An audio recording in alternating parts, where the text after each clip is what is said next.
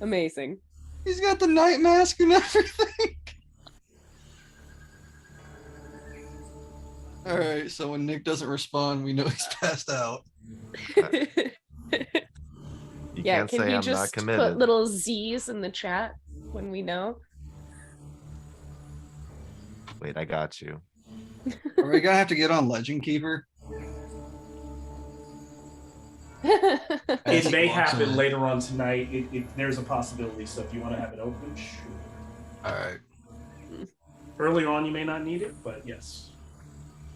It slows my system down a Yeah, little bit. then don't worry about it right now. You won't need it unless we go to a certain place, and if we do, or like any new places, I'll just tell you to open Legend Keeper real quick and take a look. Okay. Yeah, sounds good. Not gonna lie, I might pass out.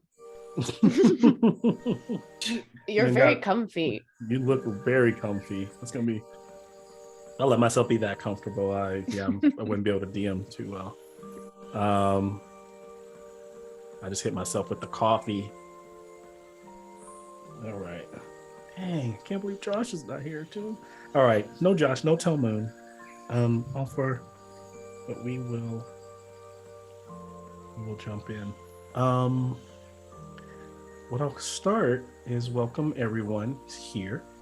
Actually, let me make sure I can turn my camera back on. So we lost it there for a second. Boom. All right. So as you can see, we are in the Skull of Vale once again. Let's see. Before we get started tonight, I want to do a quick recap on where we are.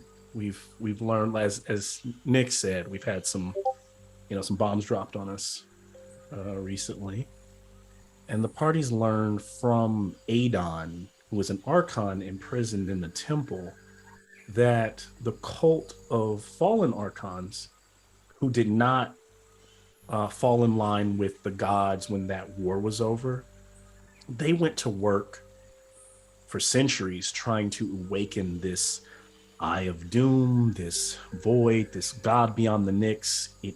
This thing that seems to have many names. And this is the void that, like I said, is that god beyond the Nyx. And it seems to have been the source of the Titan's power at one time. And was the god that gave the Archons strength by spreading fear throughout the land of THEROS. We also have learned that a god has died in the presence of the Bronze Bullies. Phoenix, by his own hand, has completed his journey back to the source, or so he believes.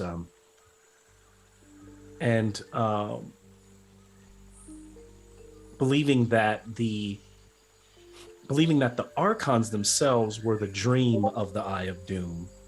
Therefore, in this weird way, he believes he is the avatar of that eye, because he was not a man who was meant to bring back the Titans, but he believes was a Archon disguised as a man who was meant back to bring the Titans back, because on an effort to get to bringing back the eye, to awakening it. Whether this is true or not, that Eye of Doom has awakened.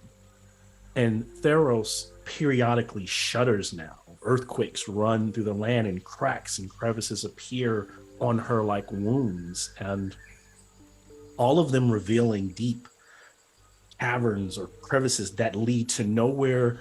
The darkness beyond is the Nyx itself. For some of you, this feels like the beginning of the end.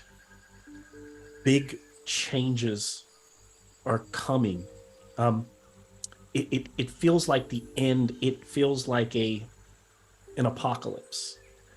But I would remind you that an apocalypse is literally just a change more than an end.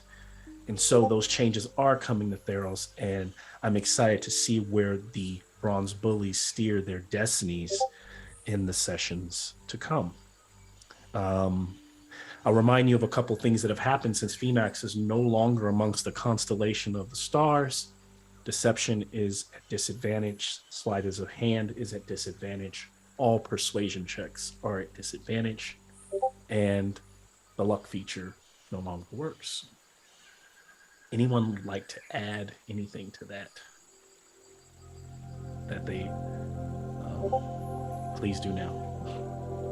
Before he jumped into what I wrote down as the evil eye, Phoenix asked us to join him?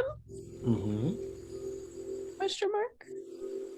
He offered you a place as God's, what he said he was going to create a new pantheon, or that the eye might create a new pantheon. He offered you a chance to be a part of that. And y'all were like, nah, we're not having it. Heck no. Which is good. So yes, so that was another one there.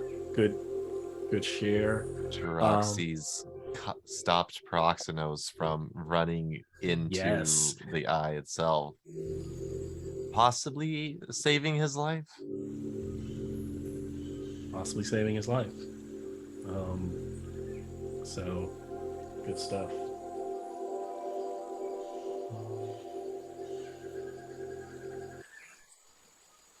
We found like a mini Thraxes horde.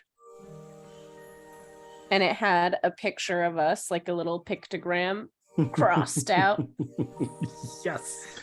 So Thraxes is still out there. You found like his basically the lair that he was residing in for some time, which was in that cold mountain. Probably not the best place for a red dragon, so maybe that's why he picked rocks. Skedaddled. Yes. And now you know, there were some goodies. I wrote them down. You got a lot of goodies there in that treasure hoard. So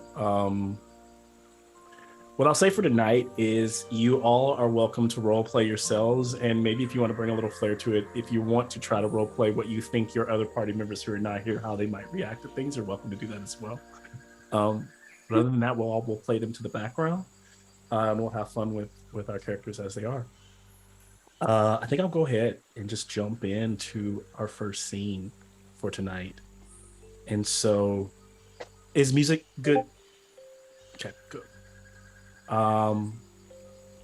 So we see this great old tree as the center of it begins to kind of peel open, revealing a space large enough for this archway. And inside that archway, it's dark and seems like a massive depth inside of it as little twinkling stars begin to appear, and outstep through it like this magical shimmer. Outstep you all, the Bronze Bullies, with Proxenos leading the way, and some of you walking through, guiding your giant horse steeds, you know, your Pegasi through this opening. The winged friends are becoming less useful now that Proxenos has begun using the trees of Theros as his preferred way to travel, and instead of several days to arrive in the Skolavel, you have now made it here in seconds. And there's a comfort to this place, this smell of nature all around you, and kind of like fresh rainfall. It's late fall in the Theros land, and even though it doesn't really matter because here the rules really don't apply, but the wind is cool, it's crisp, the birds sing, the insects buzz and creep. The forest greens in some places are starting to fade into those vibrant shades of red, burnt orange, and yellow. But others are vibrant with blue and purple leaves, and as though magic coursing through them. And the trees you have stepped through is familiar because it is one of the trees that is an earshot away from the grounds, the open plains where Bardstock took place, and where that far, you don't see it there, but you know, if you know the path that you would go to find that broken statue of Phoenix.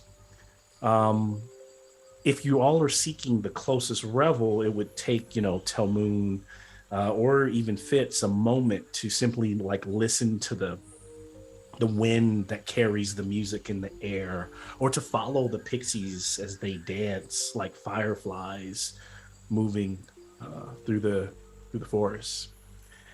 And so at the time the party has just entered the Skull of Vale, almost like on cue, in the earshot through the thicket, they catch a centaur moving in their direction, if by like coincidence.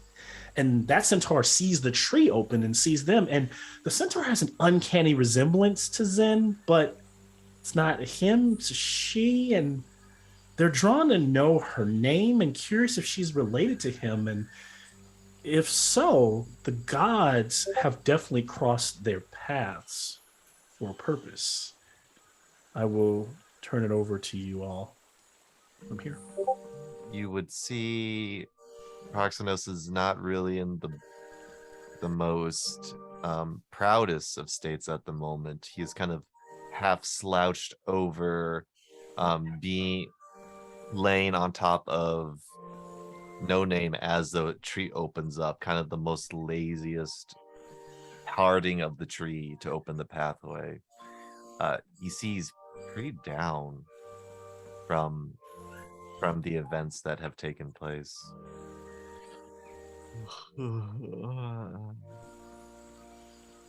Maybe the revel will be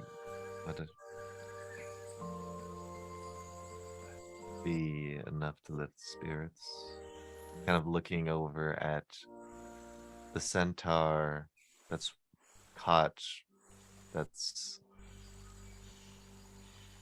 our eyes, focusing. Then kind of shaking his head, rubbing his eyes. This isn't the underworld. It's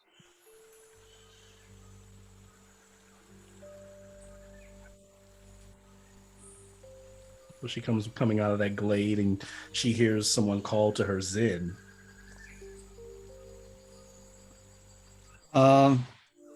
So what you see is a female centaur. She is wearing pure white, dress like top. She has raven long hair all the way past her horse body. Her horse body is jet black. She carries a very tall staff that has a crook at the top, kind of like a shepherd. And she's, I wouldn't really say emotionless in the facial expression, but she kind of doesn't show too many emotions too often. So when she hears you say Zen, she just kind of cocks her head to the right a little bit and then straightens, backs up. No, I'm not Zen. But this is where he died. And she starts to look around the forest.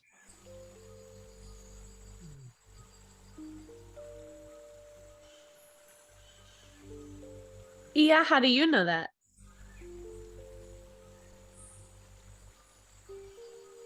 THEROS told me. Who's Athros? Athreos, you would all know, is the god of passage. He guides, and he and his ferrymen guide everyone who dies to the other side.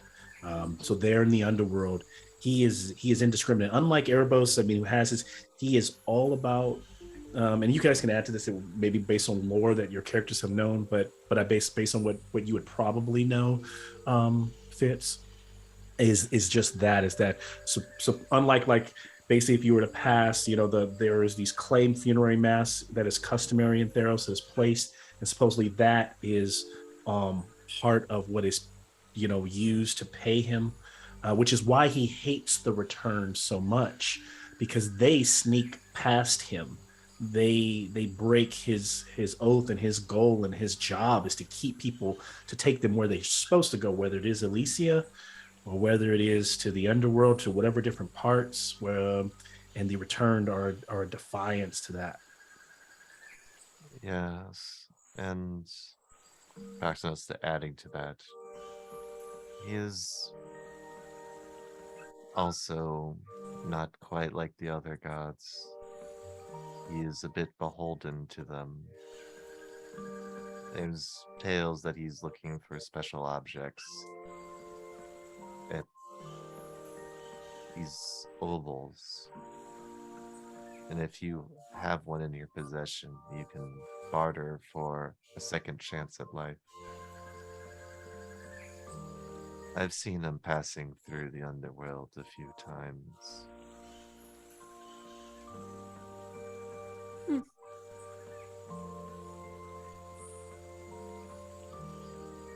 How do you know of Zen?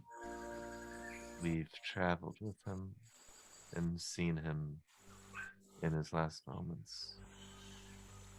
Yeah, he was a bronze bully.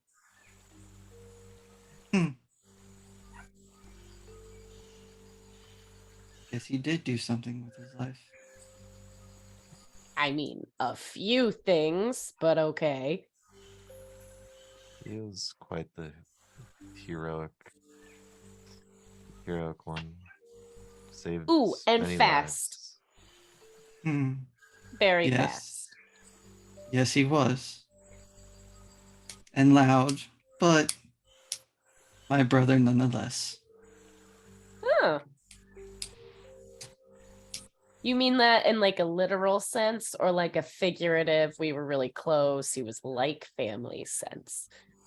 The resemblance is nearly identical. I mistook you But for him. it's good to ask. Someone's like, yeah, she's kind of like a cute Zen. Ain't we supposed to be looking for my mama? That's Telmu. That's what I got. Oh, okay. I was like, who that's are you? That's my Telmu. That's my Telmu with this broken horn. Like, Where the hell's Jamal at? I gotta kick his ass.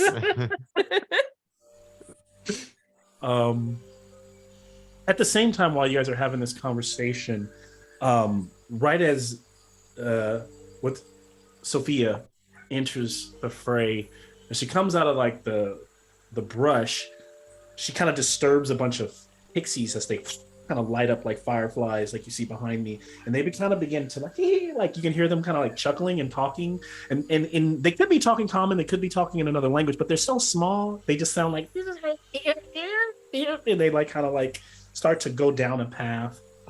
And while you're seeing like they seem to be all be parading one direction, the opposite direction behind more brush to your backside, you hear like these growls, not like of a giant monster. Sounds like maybe like two, could be bears, and the two animals sound like they are in conflict at a short distance. So just some things to be aware of, whether you react to them or not.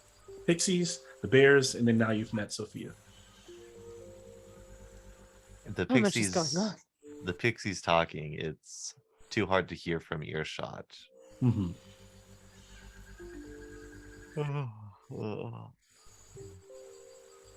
What brings you all to the dale? Well, the world's ending, so we thought maybe we'd have like a decent time before everything's all over. Right? That about covers it. Bad things are happening in THEROS, and we weren't able to rise to the occasion for this.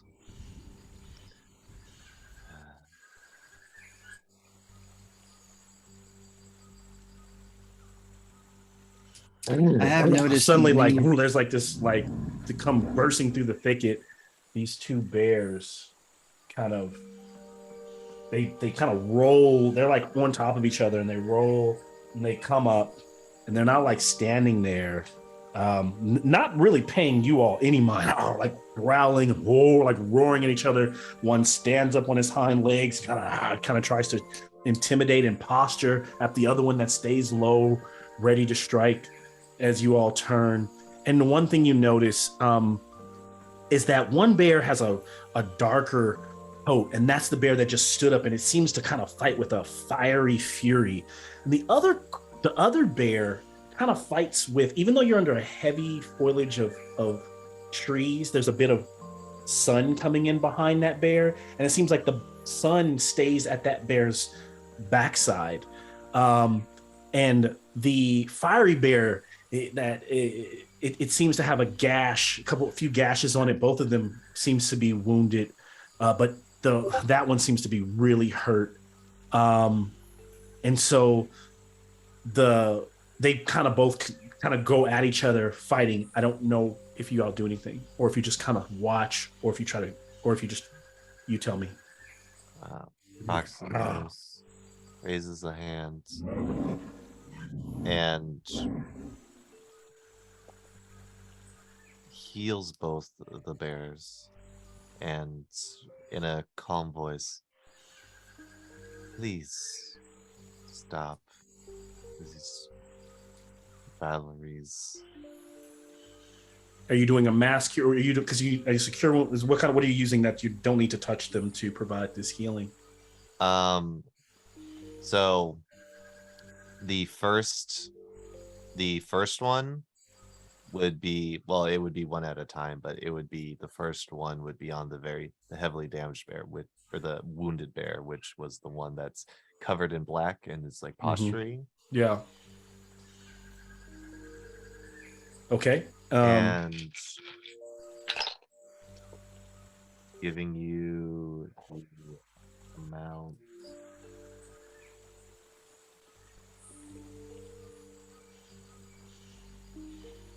That would be 23 points of healing. So what happens is, since you choose that bear first, is it's standing up, and then the other bear goes rushing at it. The one with the sun in his backside leaps onto that bear, tackles it over, and lays on it and rips its throat out. And as it's dying, you're healing it. So its throat is like, at the minute the meat is being pulled out, it's also being joined back together like shortly. So, and the other bear kind of lifts off of it, and the bear begins to kind of like, it looks like it's dying, and then it kind of gets back up with a little less fight in it because it realizes it's being healed. And then you're healing the second bear, right? And the second bear is going to get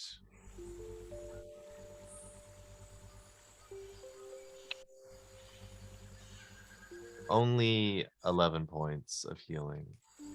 Okay. Along with that, because of what you've done, can I have an advantage animal handling check?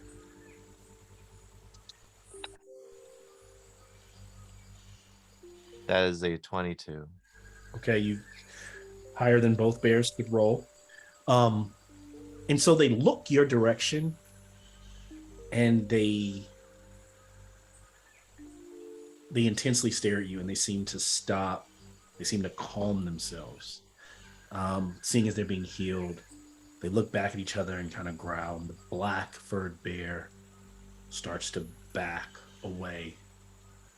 And the bear that has the sun in its back looks at you and looks angry. Like it looks like it wants to attack the entire party. But it too goes, stands up, gives one more roar, drops down, and kind of, it knows better, turns tail, and you kind of just see its kind of fluffy body kind of moving into the brush as they both, unless you guys intervene, go separate ways. Even the gods get in the way of the creatures of the forest. Like play toys.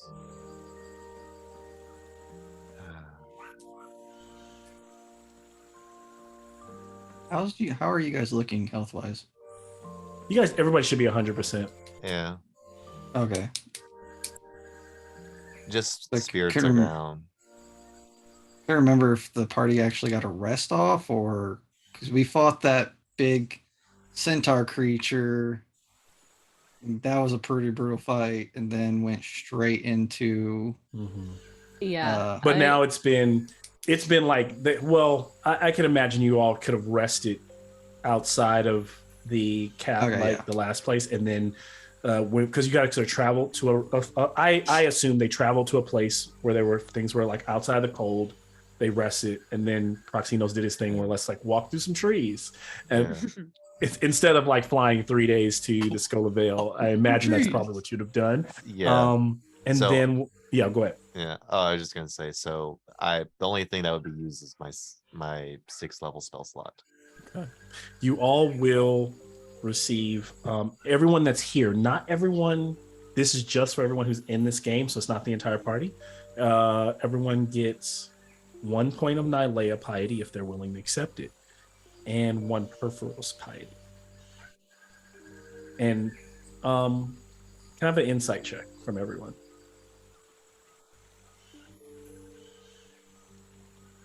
I actually think I get something from Nylea. Ooh, Because that's my 3rd piety point. Hunter's Mark. I think it's Hunter's Mark. Ooh.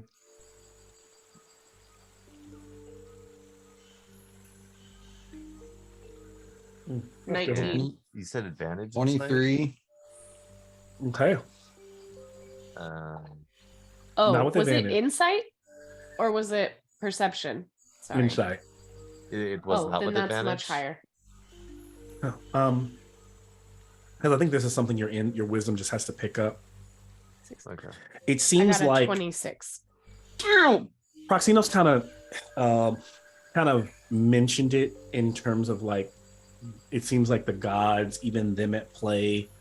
It's almost like the 2 bears seem like they might have been omens of the fight between Heliot and Perforos. The bear with the fiery energy and the bear with the sun in its backside. And it's interesting because Proxinos intervened in that and kind of changed what may have happened. Is it looked like the bear that was more the omen of Perforos was dying when you intervened. And now they are both backed off.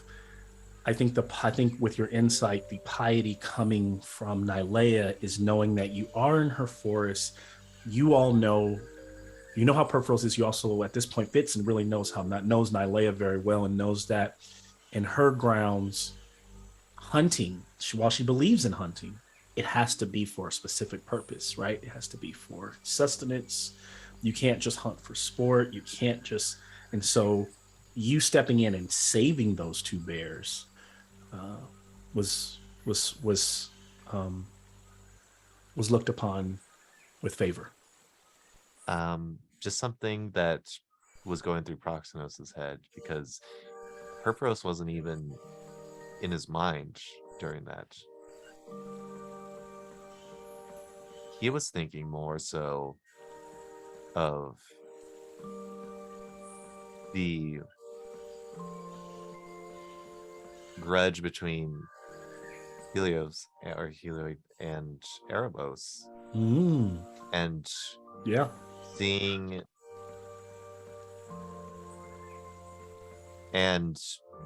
seeing two brothers fighting. Yeah.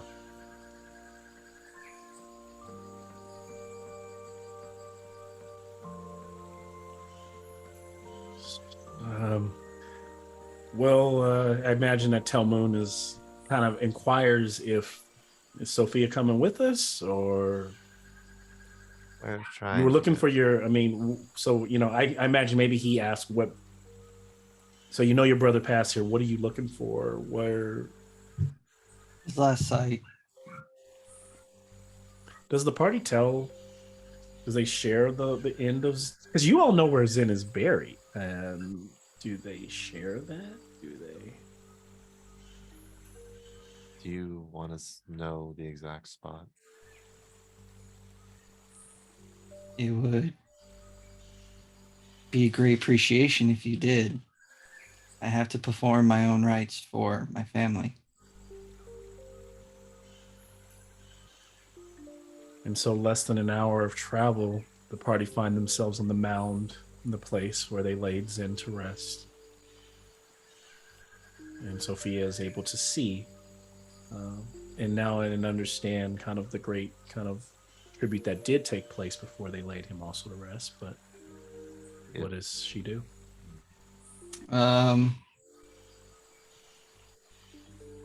She doesn't know much about the veil, so she is going to cast a ritual casting of gentle repose, and that is her walking counterclockwise around it, around his gravesite, putting in indentation around it. And what she's hoping to do Mm-hmm. is to turn back the clock for Zen in some way or form to see if there is a way to bring him back or if he even wants to come back. Because Sophia and Zen have not seen each other for roughly a decade. Okay. I need to look at the spell for general repose. I know that it stops the process of decay. But at this point, Zen would have been in the ground for some time Oh, yeah. now. But she's also not wanting him to turn undead. Right. She's making sure he can never be like brought as up as undead. Yes. So good stuff. So she does. That's the main thing because she fucking hates. She's like the god she worships. She hates to return an undead. Got it. And that would be the greatest disrespect to a Right. family member. Fair enough. She actually might get pissed off. And so she's cast that, and it goes over successfully. As everyone is watching, I don't know if there's anything that's shared there.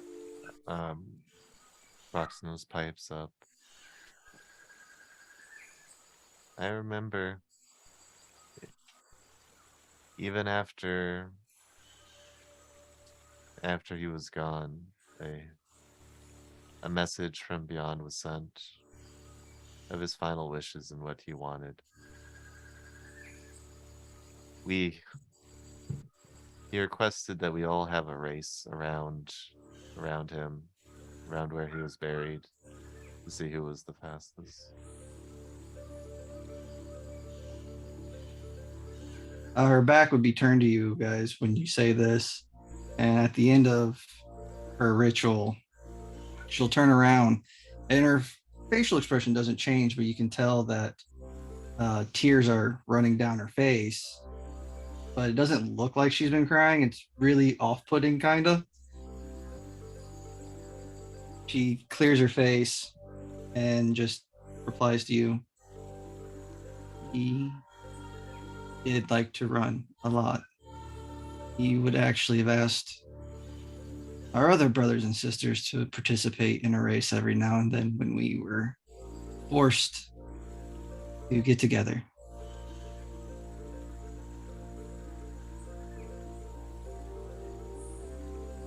Forced to get together, like a family reunion or something.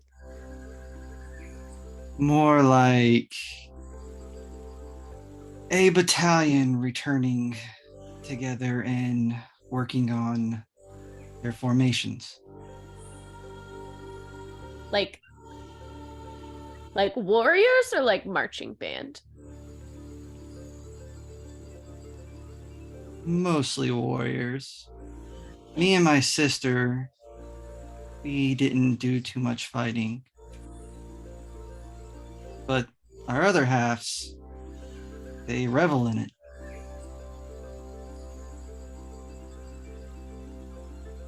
And what do you do if you're not fighting? I come in after the fights. Huh. I make sure everyone is put to rest properly so they never return.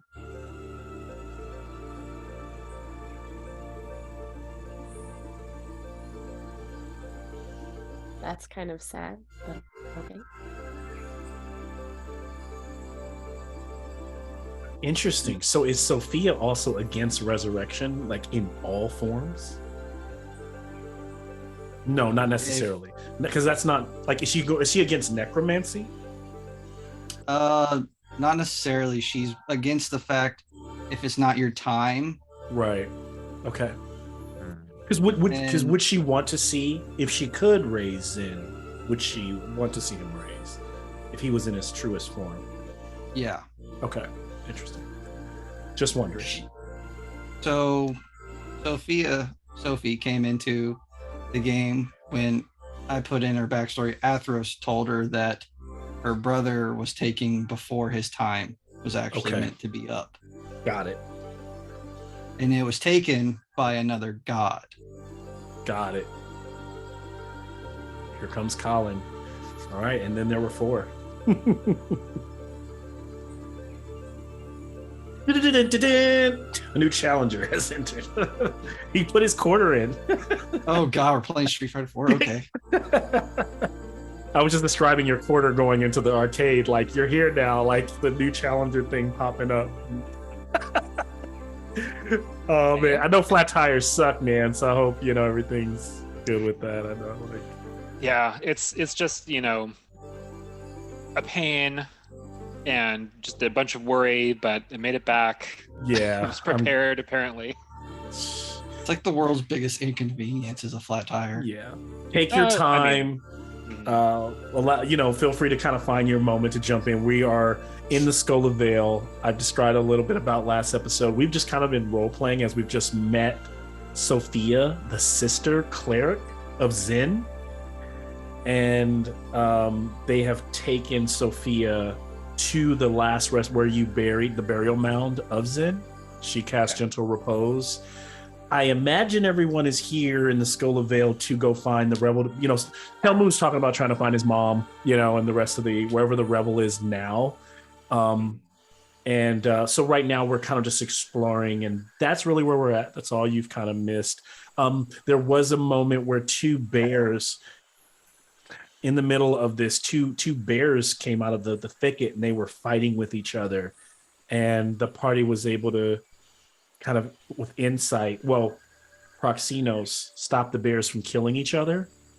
And it seems like the bears at the end of the day were an omen of the fight between Heliod and Perforos. One bear fought with fury, was a black bear. The other bear, a brown, or like a lighter coated brown bear, but always fought with the sun in its backside.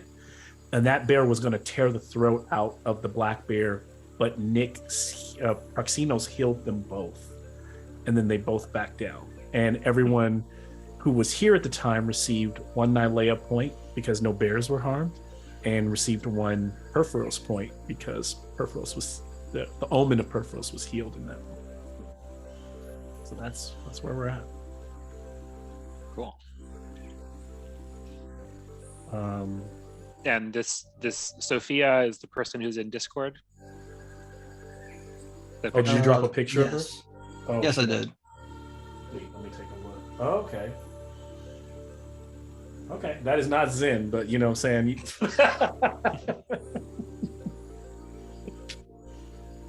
But yeah, awesome. I like it. It's really good art.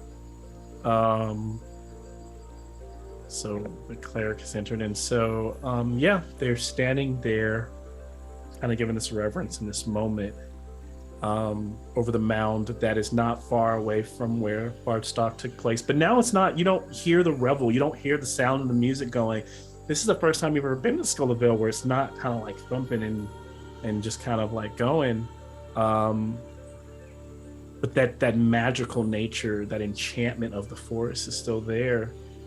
And as you're talking to Sophia, and as she's finishing her gentle repose, out of a brush not far away, the bushes move, and a very large boar jumps out, starts rushing towards you all, and it kind of stops, like it's not rushing at you but turning on a dime, like kind of looking back and forth, sees bushes off in the distance, and when it looks at you, it says, "Oh, help me please."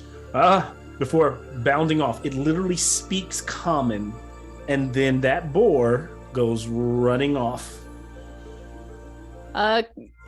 Does Hunter's Mark work on boars? Absolutely. I want a Hunter's Market, so I know where it is. Bam. So yes. I like to think Fitz goes, yeah, this works, right? Proxinos is very familiar with a certain spell, Animal Messenger. Okay. Does this seem like that, or was it coming or did it feel like it was really coming from the boar? It's coming from the boar. The boar spoke those words. Is anything chasing after it? Like it ran out. So Is as long, I anything mean, we wait it's, a few seconds and nothing else comes out? are you waiting? Are you watching it kind of run off? Following it. Okay. Yeah, following it. So as you all turn to follow it, can I have a perception check from you all?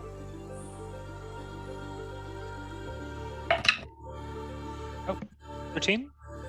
13 from Persis, okay. 15. 21? 21. Okay. So before you really get a move on it, before you really go to follow it, like, you would have been like right after it. This is definitely Hunter's marked it. Enough of you have like seen that, oh, here comes some humanoid folks coming out of the brush. And they come out with their like bows and arrows, and they seem to be dressed like, you can't put on what city they come from. They could be from a surrounding city that is outside of the polis of maybe Melitus. They don't really look like Acroians. But they look like those of high status, maybe nobles with their bows. 3 male figures coming in your direction, hoofing it as quickly as possible. One of them has a breastplate on, a kind of blonde-haired one, and one with a kind of foppish hat, and the other with like long brunette locks and a fine mustache. But the one with the golden hair talks first. He goes, open field here. Excuse me, folks. Did either of you, anyone see a very large boar come running by moments ago? I cast calm emotions on everyone Okay. and say, oh, yeah, maybe. Sounds familiar.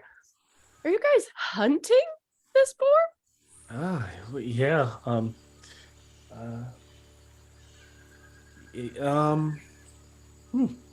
It was That wine asking we had for this help. morning, I think that wine was a little much. Yes, we were. Why do you ask? We're hunting. No, the boar was asking for help. That's funny. Boars typically don't do that. For calm emotions, it's a charisma save of 16, just by the way. Mhm. Which I figured they're all going to fail, and they do. Okay. Do we all not have to? It's Kind of? it's You get to choose, right? choose, right? Yeah, Yeah, so she's I just can choosing choose. them, Oh, nice. right? Okay. Yeah. Yeah. Listen, and that's why they're like, he's looking at his buddy. He's like, man, that spiced wine. I told you the spiced wine is too strong before we go hunting. Can't be doing that, bro. It's not a good look. Yeah, I mean, you guys probably know that in this wood, hunting is like kind of super frowned upon too. So you probably wouldn't want any trouble. Hunting is, well, listen, I mean, hunting is. One of the guys is like, kind of looks. Who frowned upon by who? Actually, no one controls these forests. Free forests, right? Not true. Very sacred forests. And I step into one of the bushes that I saw all of like the what were they, little pixies Fairies. come out of, fairies Mhm. come out of, and I try and rustle the bush a little bit so that the fairies kind of come out. Okay. And I'm like, sorry. And that's fine. So just so you know, you all have traveled away from that location, so it's a different Dang it. setting now. But I maybe imagine there's a similar bush. yeah, similar bush. Just so you know, you're not in the same place because you took Sophia Right. out. So yes, there's a little brush, and the pixies kind of flutter out, and they're like, It's a very magical place. "Are you guys like the park ranger or something? Like, do we need to here?" And he like pulls out like a purse of like gold, and he's like, Can I do an inside check to see "We're if they just know doing a where little they're at? hunting, not a whole big deal. It's one measly boar, not a huge deal." I'm mad. Oh, I'm big mad. Come on, you guys. I don't know who. It's Are you guys like? They Are you guys like? Are you guys like Nylea cultists or something? Like it's not a big deal, right? Like Oh, feel like I'm about to That's- bury 3 people. Shit, I just joined. They start to look at how you guys are. I just brandish my bow, and I'm like, oh, you mean like someone who might have gotten like a weapon directly from the god? I don't know, and let it kind of glint in the sunshine a little bit, like. Wanna give me an intimidation like check, a strong word. Fitz? Okay. Do they seem to know where they're at? Do they like realize that they're in the Skull Vale, or do they just think they're in the fucking woods? I think they know they're in the Skull Vale. 18. Okay. Oh, okay. And then one of them kind of like nudges the guy in the golem. It's like, kind of like they're like, bro, they look really fucking strong. Like one of them's like, look, pointing at the big fucking metal bull and all That's the weird. weapons. And they're like, hey, you know, we're just leaving. We got lost. We thought we were in the Nessian Wood. Say Skull of Vale. Sorry. We'll head on out. We'll go hunting. Best to Nessian. avoid this area. Yeah. If I see you again, I will shoot you without mercy. Okay, Violet Munch. All right. Yeah, no problem. We'll be on our way. Listen, it's fine. And these guys very much do look like they have like 10 hit points. Like you guys are like, they're like, okay, we're going. And they're like slowly backing away. And give us your wallets. Do you, Rob? You can. I'm not gonna say you. But they start to walk I away. feel like from maybe Telmoon would, but I yeah, can't. I'm surprised they're alive right now here. with Telmoon. Pretty sure Telmoon just killed them on sight. So they clearly seem like they were maybe hunting here for sport. Get out. And so no shorter than they get like maybe 300 feet away. You hear like a little, oh my, what have you done? Oh my, good on you. You kept Nylea's favorite boar, Tuki, safe from harm. And this little pixie that when you were fluffered, all those like pixies came out. One of them is like dancing around you all. And if you look closely, it's a female figure, kind of Tinkerbell, and she doesn't seem to be wearing really any clothes, but enough light emits from her where there's nothing, none of her is showing. Her wings flutter. She has a bit of glitter on her face. A kind of reddish hair. I am Una. And who are you who carries Nylea's bow, who are so favored by her? Oh, hi. I'm Fitz. Oh, hi. And she kind of moves around Fitz's Hi. face, going from side to side, looking at your like large features to her, She has a favorite boar. Oh, Nylea always has her favorites, her favorite animals, and this whole situation reminds me of a story, the story of her 3 hunters. The three young men from wealthy families were once hunting for sport, kind of like those blokes in the Skola Vale. Nylea accosted them before they had taken any prey and gave each man a chance to bring her a gift that would atone for their intentions. The first man killed a boar and made an offering of it in her name. And so she turned him into a boar to compensate for the one he had killed. The only logical thing to do. Yeah, you know my Nylea. And, well, that boar didn't talk to you, did it? The one that ran by kind of screamed for help as it fled. Yeah. Oh, yeah, he's always screaming for help. Is that Deserves the it. same guy? She winks. Oh my goodness. And then she kind of turns, unless you kind of trying to catch her, and starts to flutter away towards the nearest, forest glade to disappear into. Where are you going? And then she Oh, are we following you? and then she flutters away. Are we following her, you guys? That's up to you. So you got this boar that ran away, those guys that just left, this you know, this pixie that's kind of telling you to come her way, and then whatever you're here in the Skull of Veil for is maybe to find the other,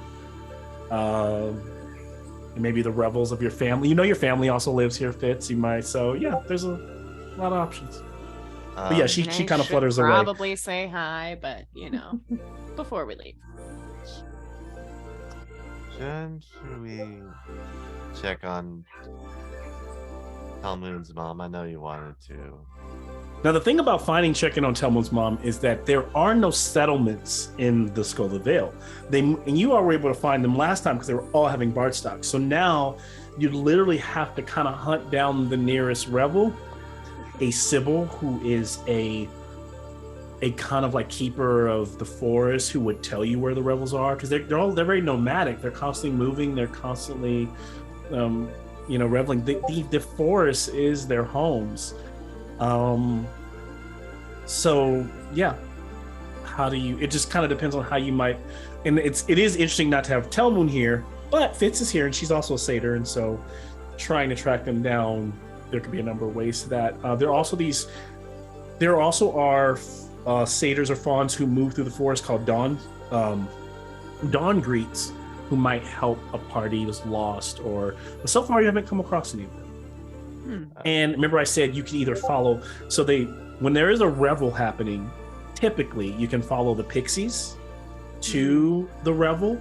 There was a band of them moving, so Una may be going to the revel. She may go somewhere else because she's she seems to be like on her own kind of thing, right? Or you can maybe describe for me another way of whatever you're trying to do. And it may be too dangerous to let Una go where we don't observe her. But she's likely to know what people are doing around here. Looking over at the newest person that's here, at Sophia. Did you want to tag along with us? We're trying to find some people that we know.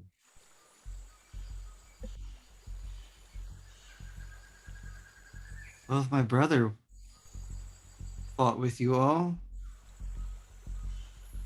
then I'd like to see what you were all capable of. Maybe get an idea of what he did.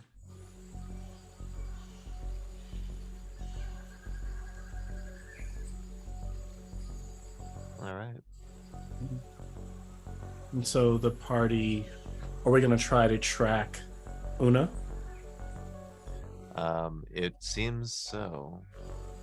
Who would like to be our lead tracker? That person needs to give me a nature check. And someone can help that person depending on who that is. I'll take it. I really like Nylea, but I'm just not super nature prone. I don't know. You'll get advantage because someone's helping you. Who's the nature person that's here today? Does anyone like super Sophia? love nature? I've lived in the forest my entire life. Well, cool. It makes sense. Because Fitz is like new to cause she came out of a painting. Yeah. So she is new to this whole thing. Like I look like I know what I'm Yeah. doing, but I don't. Yeah. I can help out with that. Okay, so then you get advantage, Sophia, on your nature check. Persis is seems like a very much city person, or Yes, I was going to say, Persis backed you up with the whole hunter thing, but is also visibly uncomfortable and brushing leaves off her clothes. All right, so advantage and +9. Ooh. Jeez. Yeah, that's way better than mine.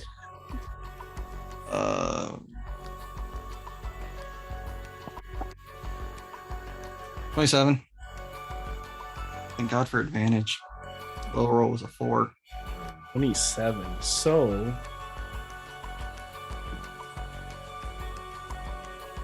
You really love your intelligence. Man.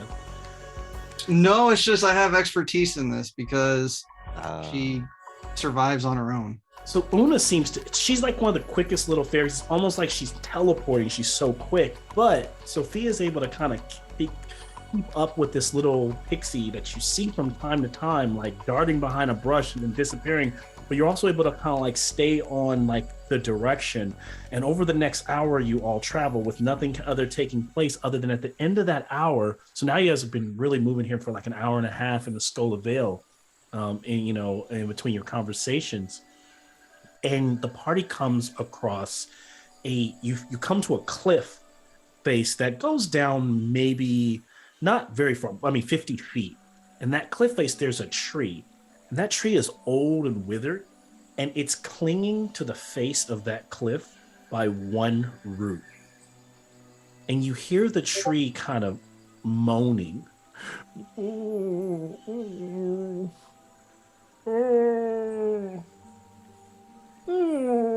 Like hanging off the side of the cliff by one root. The only thing that's keeping it from like tumbling down is that one root. What do you do? Do you Does it leave have it? like a face?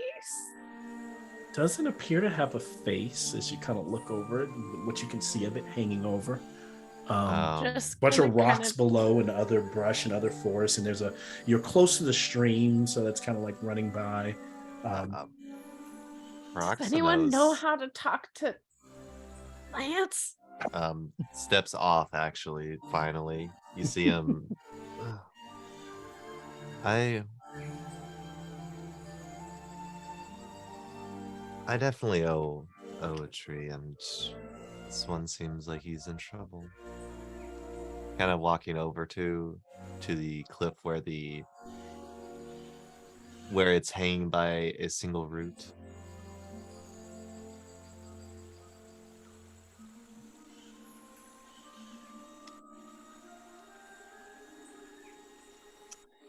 And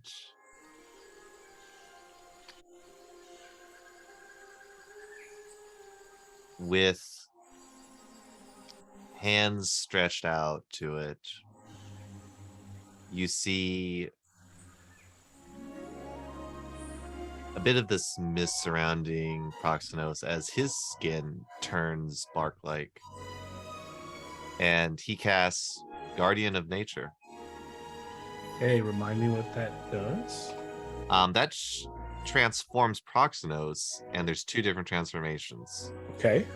And the one he'll choose is the Great Tree. And bark-like skin and leaves sprout. On the ground, roots kind of like sprout around as it creates like difficult terrain.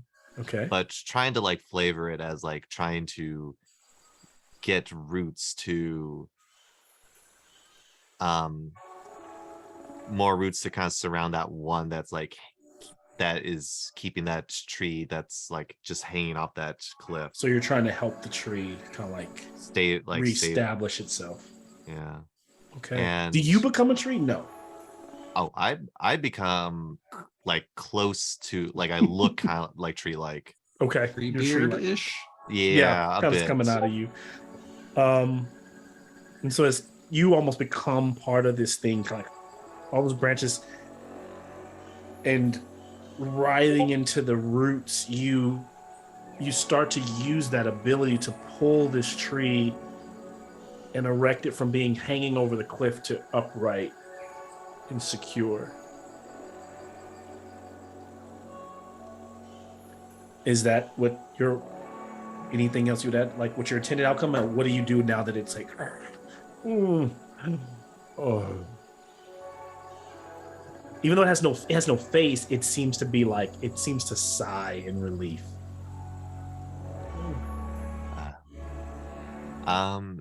Just kind of just saying, glad to hear you're feeling better.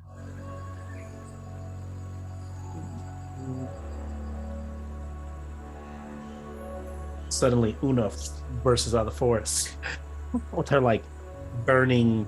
Her pupils are like bronzed, like hazel eyes, but that almost glow like gold. You are a resourceful bunch, but you are not supposed to do that. Ugh. It is. Hopefully, Nylea takes kind to what you have done. What we do and what we're supposed to do. How can you define that? It's What's that story of those hunters? The second hunter, he offered wealth from his family's coffers. And do you know what Nylea did? She turned him into a tree, clinging to the cliff face by one root. And now you've helped him replant his roots. But at least he's still a tree. And she sticks her tongue out to the tree. What happened to the third hunter? That is not for me to share right now. Well, if you would have told us about this guy earlier, maybe we wouldn't have fixed him if we weren't supposed to. You realize you have received 2 piety for helping the boar. You do receive 1 piety for replanting the tree. But you get a feeling from Una that by meddling, maybe you would have had more. So 3 piety total to anyone who would accept it from Nylea.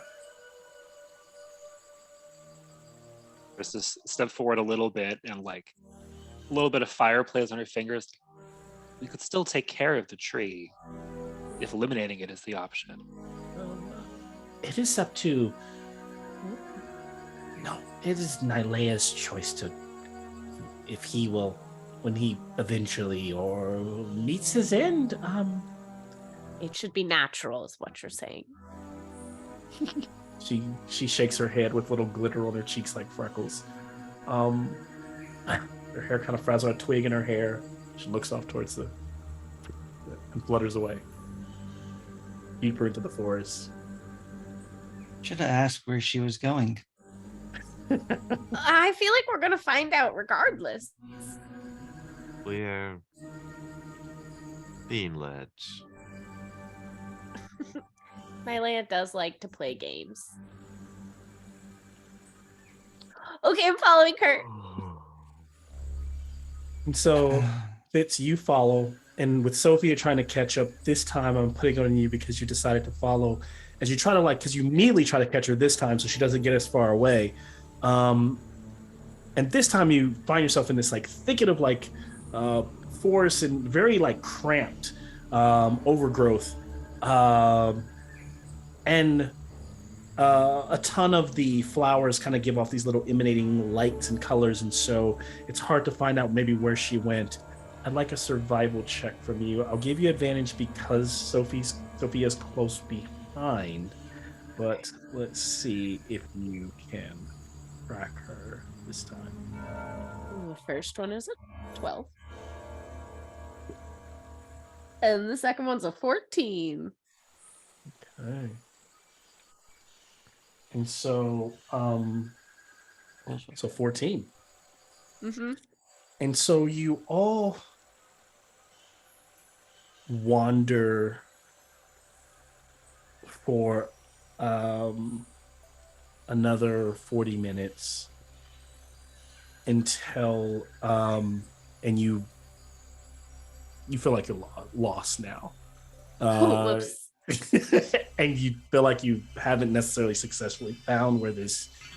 I'm gonna pretend like I know exactly what I'm doing. Can I have... Who has the highest passive perception? Oh The no. one that's asleep. There's a chance that this doesn't work on passive, but I just want to know who is... I got a I 19. have a 12. Okay. I have a 15. Okay. What do you have, Yeah. Sophia? I'm not 19. proficient with How about proficiency. 18? Oh. Okay. What about you, Persis? 14. 14. So the 18. So Sophia, as you all are kind of have not found this Una, and then you hear Fitz is Nylea likes to play games. You're I don't know if that frustrates the party, but what you notice is that there is this beautiful cerulean butterfly that has definitely been following you all for at least 20 minutes. Like you saw it and then it fluttered by and then you saw it again, but it's always kind of trailing at your backside. So now you kind of stop and look and it kind of follows, and then when you look, it just kind of flutters in a spot, right? But if you move, kind of dances and tries to keep up with you.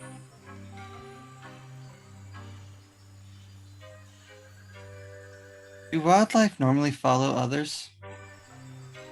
You said you grew up in the forest. Wouldn't you know that? Most of the deers are skittish.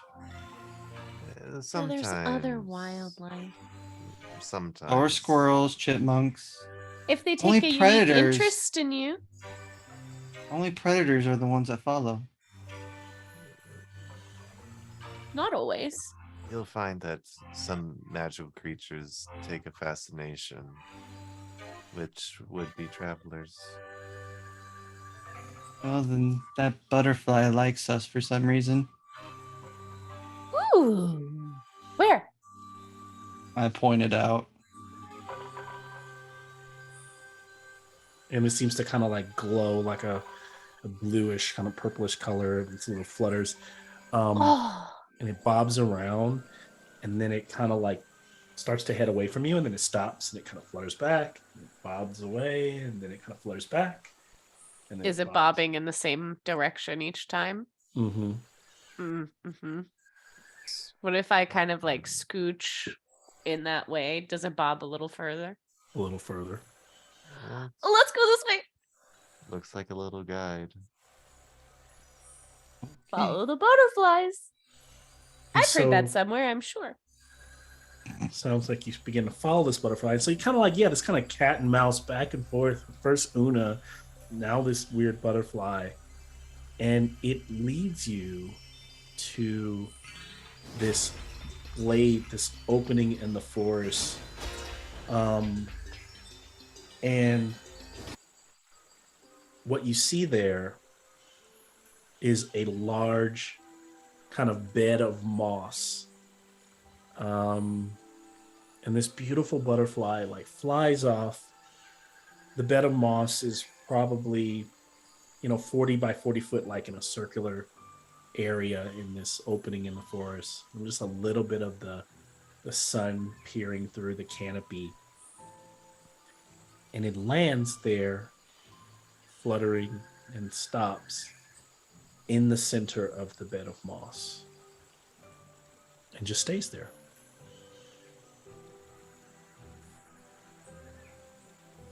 I don't know how I feel about trampling on the moss. Is there anything surrounding the 40? And the have you 40 all wall? just been kind of leading your Pegasi this entire time? Oh, too? yeah. Oh, I Oh, went yeah. back to Just kinda lane like on it. Yeah, I don't care about them. I've been kind of trailing behind. Okay. Here comes the never-ending story moment. Don't you dare. Don't you dare. Is there Uh, anything around the moss? Like, It's just open around the moss, and then the trees, a heavy thicket of trees, and then the dancing of the, like, where probably pixies very high. None of them look like necessarily, you can't see them really closely to be Una, but you still hear the birds in the trees, but it's kind of quiet here. It's very peaceful here. But yeah, there's nothing there on the bed but the butterfly at the center of it all. Proximos gets out, stands up, walking over to the bed of moss. Mm-hmm. He goes to the edge of it as he touches his hand on the moss itself. Okay. It's soft and cold and slightly wet to the touch. More from perspiration, not like soaking. But nothing happens when he touches the edge of the moss.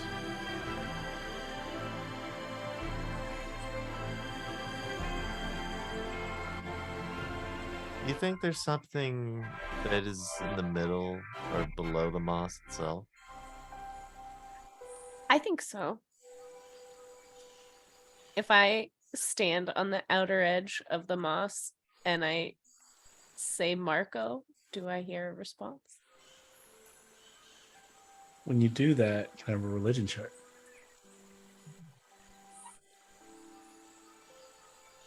Where even is that?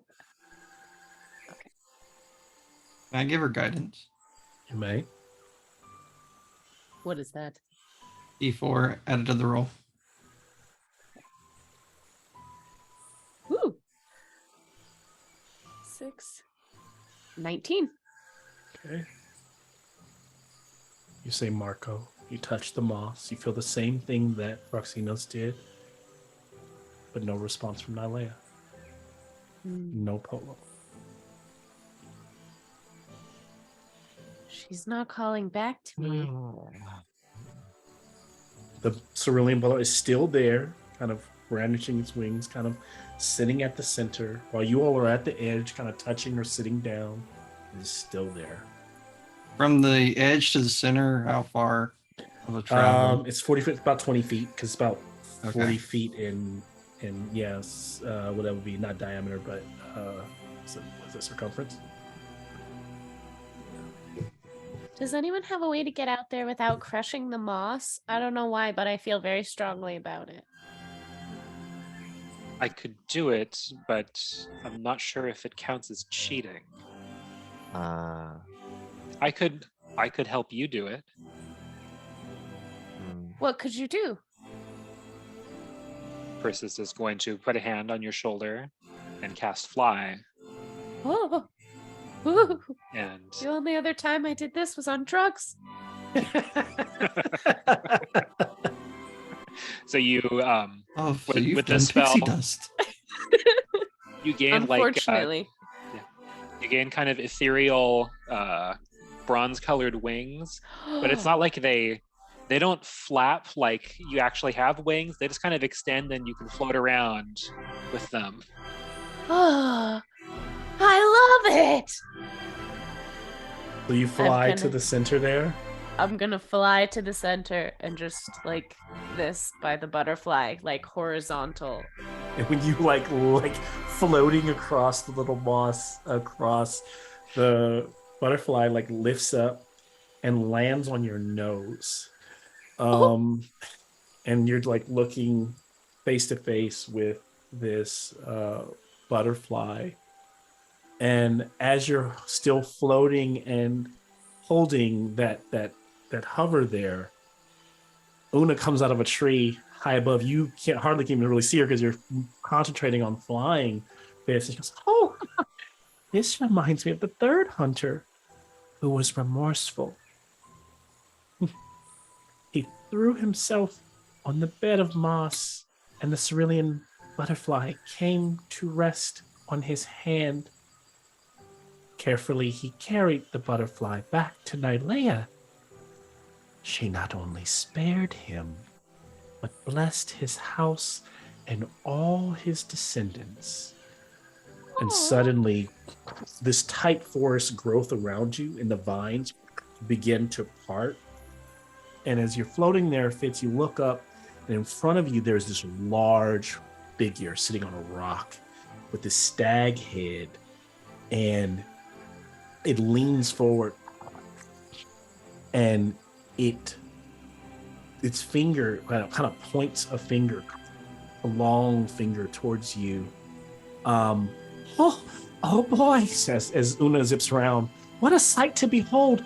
You got Ferne Polyphemo to show herself the dryad of the forest. And so, as this is happening, the rest of you see this figure Oh here shit! sitting there. How do you react? What do you do? And it kind of looks at Fitz, and its finger is out, it just kind of, it's just a moment where like it part, as the forest parts, you see it sitting there, and it's just kind of awe-inspiring moment. As Is Una's it like kind a giant? It's like a giant, like that thing, but like a stag's head with multiple ears, and it kind of just points and kind of like with its long finger, and then turns that finger upside down, almost like maybe beckoning you, Fitz. But I want to stand on its hand. You're gonna stand or continue to fly, or you? I'm gonna fly over and stand in its hand. And as you stand in its hand, the cerulean butterfly leaves your nose and flutters up and lands on its face. The dryad then is holding Fitz, its other hand, without speaking. More trees part. And as they pull apart, in the distance, you can see the mountain area where on the lowest part of it, remember, if you were in Legend Keeper right now, you would be able to see where the Camera Obscura, the Temple of the Obscura was. But on that highest peak, that mountain range is called the Phoenix Stairs. And you guys have known that before, but Una explains, she was, he's pointing to the Phoenix Stairs. Oh, if you know what happens for anyone that climbs the Phoenix Stairs, do you not know the story? I don't think so. Kind of steps back like, maybe no, but he reserves to answer. Oh, if you climb the mountain successfully, Nylea only allows specific chosen to hunt the Phoenix. You have been granted that ability by Polypheminio. All the others that go after the Phoenix without her blessings die horrible deaths and are cursed. The reason Nylea allows this is because the Phoenix does not die. It guards its egg at the top of the Phoenix Stairs, and if it is killed, its egg is born and it is reborn to birth a new egg. But what this means for you, if you can hunt the Phoenix, you may be able to get a feather that will help you. Nylea must believe it will help you in the coming battle. It will challenge all of your being and muscle, but defeat the Phoenix and you will have a Phoenix feather which could bring back a loved one. Anyone. She kind of looks around. A Phoenix feather is, and essentially what she describes to you as she describes what it does, it's true resurrection. It's a true resurrection spell. But instead of like whatever the casting time, 1 hour, it's one action. And it's just, and it just brings that person back 100% alive and well. You don't seem, but this is only an option. You do not need to go after the Phoenix if you don't wish to. That's amazing. But Nylea must really like you all. I really like Nylea.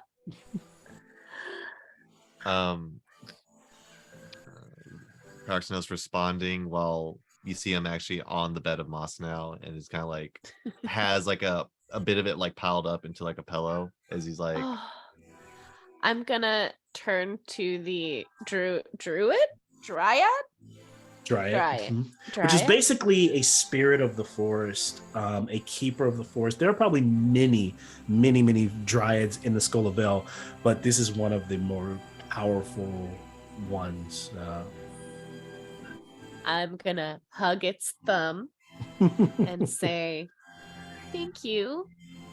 That's a great honor. And I'm sorry if my friend is crushing the moss. But if it makes for like a super great pillow, could we take a small portion of it? What would you like to take again? The moss. A small portion of the moss to make Proxenos like a super dope pillow. It kind of nods, yes. Thank you. And I'll leave a Bronze Bullies badge in his palm. And so as things like this fly big. away. Yeah, like a button. And so as this is all happening, flutes and lyres began to play as these hooded, horned satyrs began to step out from the trees above. And as the dryad sets its down onto the bed of moss, its stomach kind of opens up, and similar to the way the tree opens up, and out comes an old gray furred satyr woman, stringy, her hair, her horns kind of curled in opposite directions, and she's got a goblet in one hand, and she kind of staggers on her hose like she's drunk. Her eyes are really squinty, and Telmoon knows that the closest people satyrs have to leaders are the Sibyls and the Nylea's favorite, who are blessed with the limited ability to see the future. And the Sibyls warn the community when danger threatens the valley. And they oversee certain initiation rites, and they are called the Cult of Thorns. The oldest Sibyl is the gray-furred satyr named Cressa. And so Telmoon is like, that's Cressa, right? And what Telmoon knows about Cressa is that the more she drinks, the further she feels she can see into the future. And so Cressa stands there in front of you and goes, welcome, Bronze Bullies, you made it. We're waiting for you. I'll come down there. She goes, can you let me down? And the dryad kind of like lifts her up and like slowly drops her down to she kind of looks, her little tail kind of fluffs. She comes over, she's drinking like this really strong wine. And so as she's coming over, I don't know if there's anything you guys or any reactions to you as she's kind of like approaching you, but this is all happening, yeah. Just Proximos kind of like does the wave as he's still laying down. I whisper into Proximos' ear that we can take some of that moss. You can have as much as you like. It'll grow back tomorrow. You could have just fucking stamped on it, but I like the way you floated. I think it got you points with Nylea. Oh, you saw that? Yeah, I watched it. I was watching from inside. There's holes in the nipples. I just look out. It's really made of bark. It's not like, he's got like no guts or anything. Just like, So were you just puppeting that thing? No. The dryad is real. And it's still moving like but I don't know. That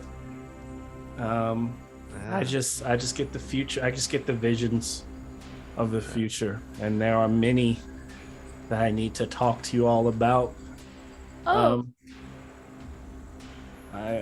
She goes she draws you all in to kind of sit on the moss. Oh, so fluffy. I like it. I see dark times coming for the future of Theros. Heliod is angry. He is wounded by his brother, Perforos, and he has gravely wounded Perforos. If he defeats him, he will turn his wrath on all of us, and I see it. He will shine his light so intensely that it will be everlasting. And with no night, the seas will boil and the crops will shrivel. The beasts of burden will collapse of thirst, and the mortals will tire. Heliod will only stop when they admit that he is the one true king of the gods. Many of the rebels have all went to the temple of Nykthos on the mountain to host a rollick. And Telmoon and Fitz would also know that a rollick is like a festival, kind of an unending ritual of a party, right? Like almost like a rain dance or any other kind of ritual that any culture would do to try to reach out to the gods. But it being satyrs, that ritual is always in the form of a throwdown, right? And they are hosting this rollick to aid Nylea, to call on Nylea for her aid. She says some in the revel have begin to honor Heliod and begging him to spare the veil with his heat. Others pray for Nylea's shade to protect it from Heliod's light. I have seen Nylea's and Perforos's answer, and it is you. Your families, Us? all of them are on the mountain as we speak. But if you'd like, you can head there, I can tell you. Or if you'd like to go after the Phoenix before you go there, she splashes some wine on Fitz and Proximo sleeping on the ground. You could do that too. Probably catches a bit of the wine as he's like yawning. Like licks it up a little bit. Not too bad. And so this is like their voyeur. This is like she knows the future. Everyone, all the other hooded cult of horns, you don't even see their faces, right? They kind of stand with staffs on these large tree branches all around her, taking this very seriously as she staggers around drunk, just kind of drunken master style. What will you do, I Bronze mean, Bullies? you can kind of like sort of get a hint of the future. Do you think that we need a phoenix feather to go to this party on the mountain? Nice. That's a good question. I'll see how she answers this. Can I have a persuasion check at disadvantage since Phoenix no longer exists? This is the perfect person to do it too, because you can't roll lower than a 10. Yeah. And I have a plus 12. Oh my god, so disgusting. Oh, So- that's an 18 plus 12 for the first roll. Let's see what the second roll is. It's 4. So So 22. 22 is the lowest. So 22 is what you get. This is the lowest. Yeah. She 4 cannot- plus 10 plus 12. Is that no 4 becomes a 10 Yeah. Yeah. That, So plus 10 plus 12. Jesus. So, okay. 20. She can't not be good at lying or talking. I'm just so charismatic. And so she says, well, I can tell that you've all lost someone you care about. A phoenix feather might help you bring that person back. But I also see that the coming battle will be intensely difficult. And if someone does die in it, a phoenix feather will also be helpful to raise them. But you Do you are also see- the bronze bullies and maybe don't need it at all. I see many futures sometimes. It's hard to pinpoint the one that is most important because they kind of fray, but they typically come back. So I can see the long game. And the long game shows me you and the Knicks, you all in the stars.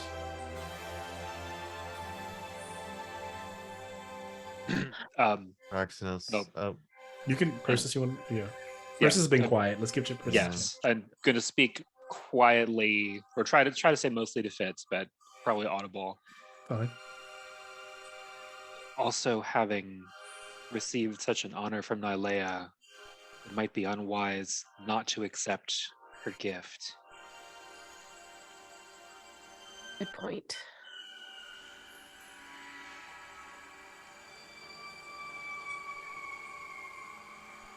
So what do you think you all want to do? And I will allow you all to talk amongst yourselves. We are here to support you in whatever choice you make. And so also to make it very clear, Fitz now knows that her family as well, all the rebels are on the mountain. If you are actually don't pull up Legend Keeper yet. You probably don't need it right now, but there is a place called the Temple of Nykthos that you can see on the map, and that's where everyone is gone. They've all gone there to try to kind of like put together this sacrifice. No, this kind, not a sacrifice, but a display of this ritual to try to stop what Cressa has told them will happen. Turn it over to you. Proxenos sitting up. I have a very strong feeling that this phoenix feather that's talked about will play a pivotal role in what's to come. I don't think it's as much as I would want to bring some of those I care about back, some that we've spent some good memories with. I think we'll need it for something else, to be honest with you all. Good to have all of the tools we might need at our disposal.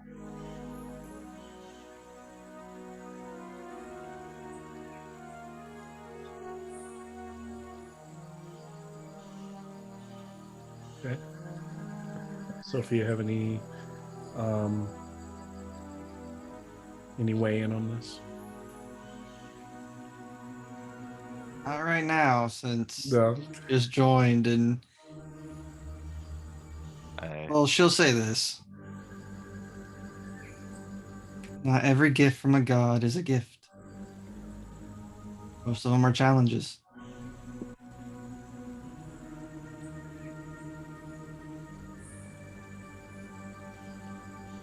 So this may be a gift if we go there and don't have to kill a phoenix, but if we kill the phoenix, which sounds like we might have to, it's more of a obstacle to get the reward. Maybe your god Nylea is saying that we need it. Yeah. I have been really upset about my friends dying all around me. So, being able to actually bring them back immediately if it happened again would be quite nice. How do we get there? The dryad points to the mountain. You and Una, it describes that typically those who climb the mountain are not allowed to use any other way other than, because the Phoenix Stairs. So if you go into the if you're looking at this Legend Keeper and you go to Skull of Vale, and you click in, there's a Skull of Vale map. And inside the Skull of Vale map, you'll see the stairs look like giant columns reaching a peak. The lowest column is where the observatory was that Phoenix was using to observe. But those columns are like pretty much large natural rock pillars that you have to climb. Now, strangely, the others in the past have always had to climb those stairs. There's gaps between them. They're called the stairs for that reason. You're kind of like leaping across to get to the Phoenix's home is a caldera built on the top of a volcano. So it's a pool of lava probably up there over this. It's active, but it's never really ever, firing or reacting to the world. You all have your Pegasi. And so far, you've had no explicit rules not to use them. So it could be as simple as just flying up to the top, or it could be climbing the stairs. Proxenos would want to do the least amount of effort. And it seems more of a permission sort of thing than anything else. Okay. I mean, we were granted access. Would we be allowed to take our Pegasi? Do you foresee any rules that we should abide by?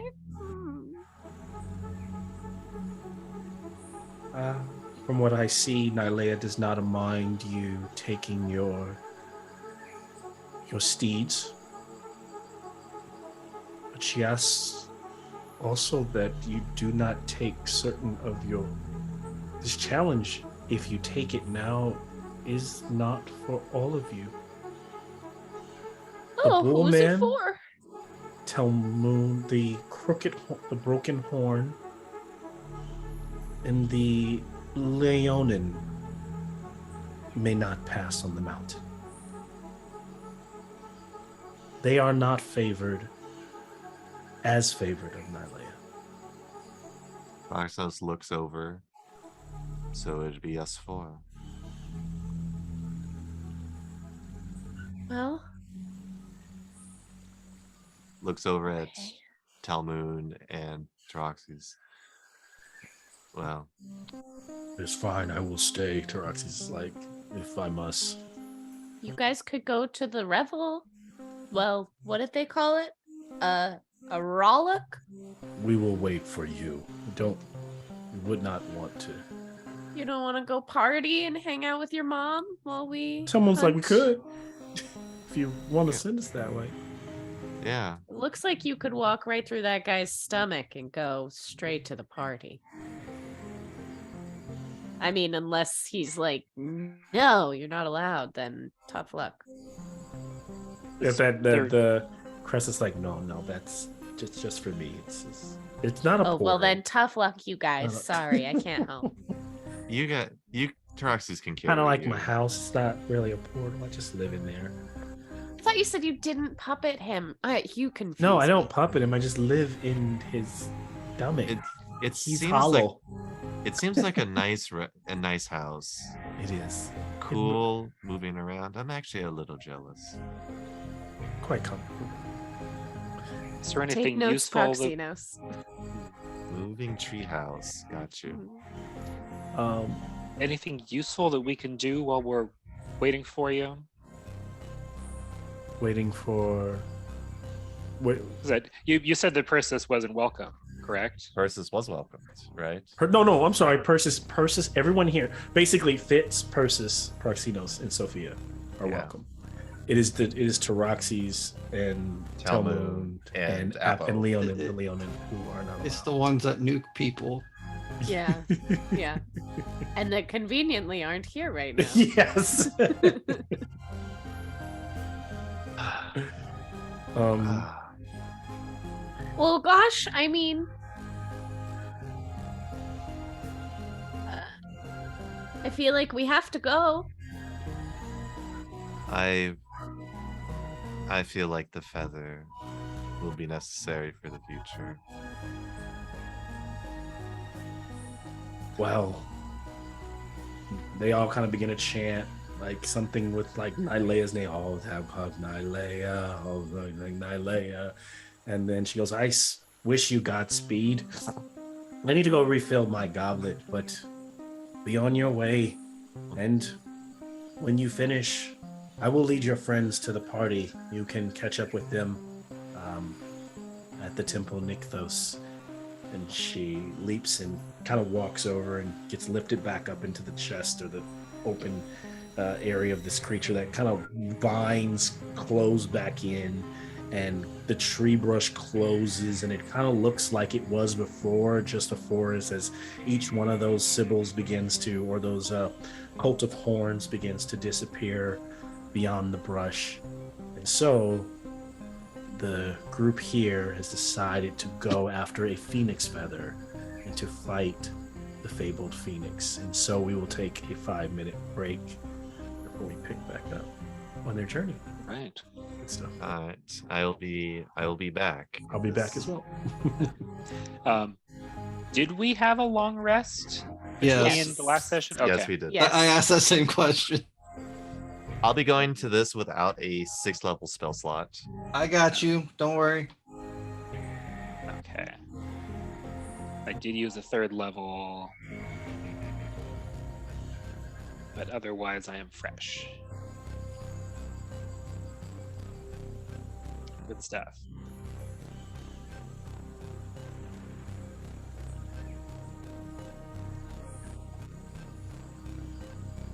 Yes, with characters. Otherwise, Leto would suck right now.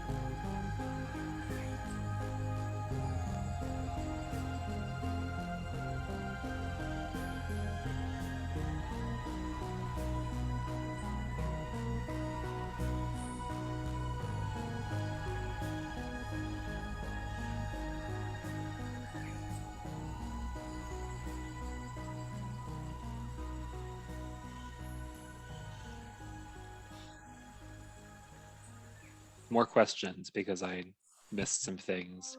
Has Sophia told us what god she's a priest of? Yeah, actually, that was like the first thing that happened. Hmm. She's a priestess of THEROS, Okay. goddess, the god of passage, the ferryman, more or less. She's party doesn't know this, but that's because there's not a lot of RP time, to be honest. She's been in Athros's charge since birth. That would kind of explain why she wasn't hopping on the bandwagon for Phoenix Feather.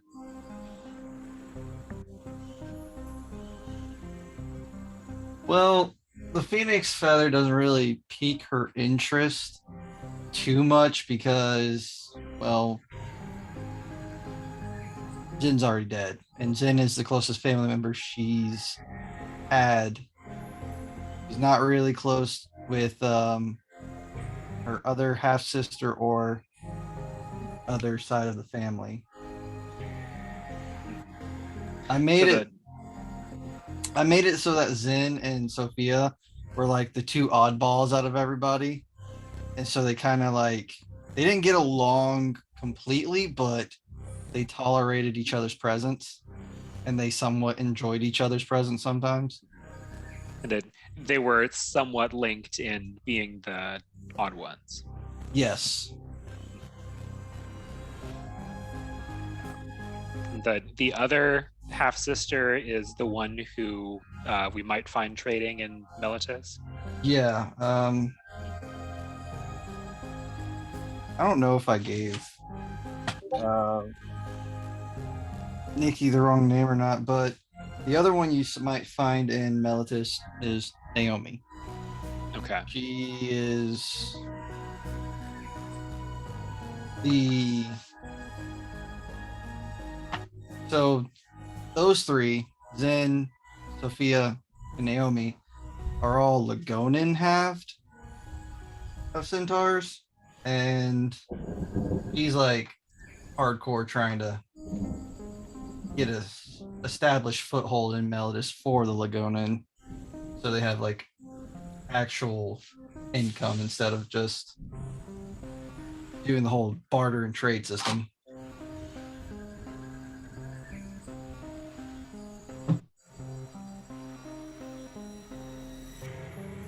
I'm back.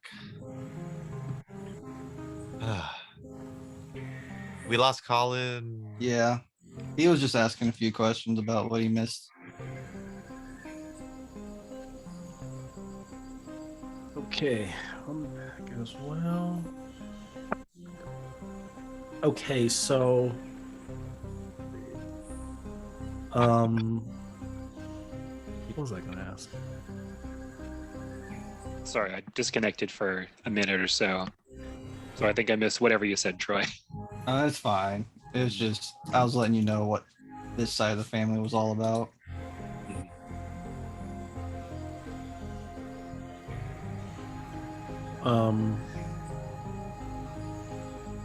Okay, so I have a question. How, if they do take the Pegasi, they take all three? How does Sophia go? I just gotta throw curveballs at people. Proxinos has to transform him into something.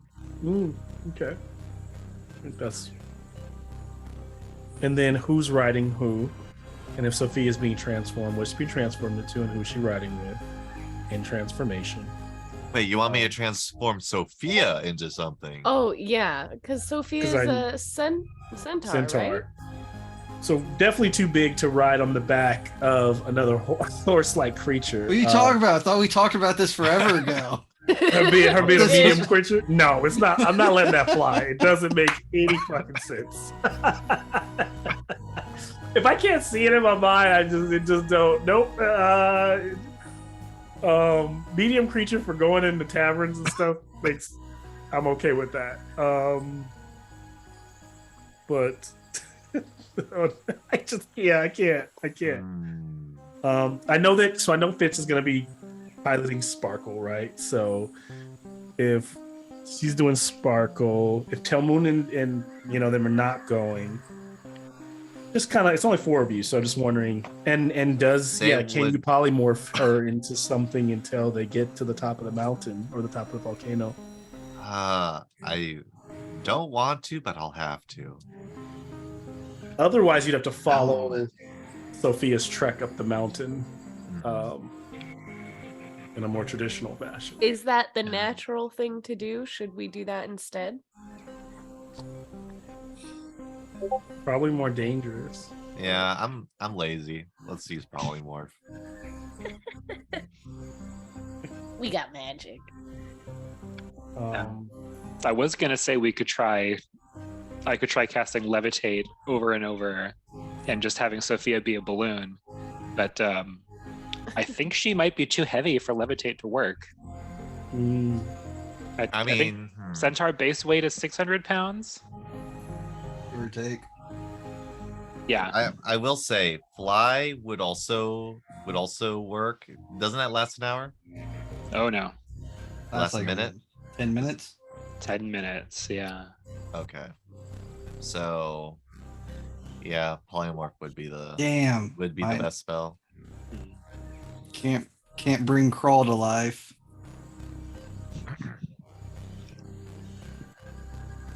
Okay. I only have 1 4th level spell slot.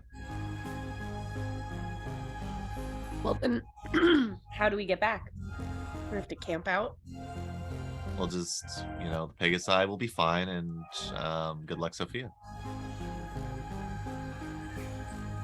What if we flew on the Pegasi and then we made a little harness type swing for there is a Sophia? simple answer for this, right? What? Taroxy's wings.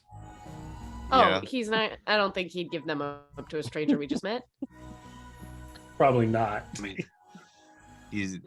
You know how much he likes to hoard things that He the has other how many party weapons? would want to use, even though he has a god weapon. Yeah. Barter system. I keep your party alive. You let me. We could Have roll a those charisma wings check to for- see if they'll give them all. Oh, please don't. Please don't. She's not good at charisma at all. That's my dump stat. She lived in the fucking forest, y'all. I mean, if it's you rolling charisma against Roxy's, Yeah. Too bad. Also Yeah. not the most charismatic.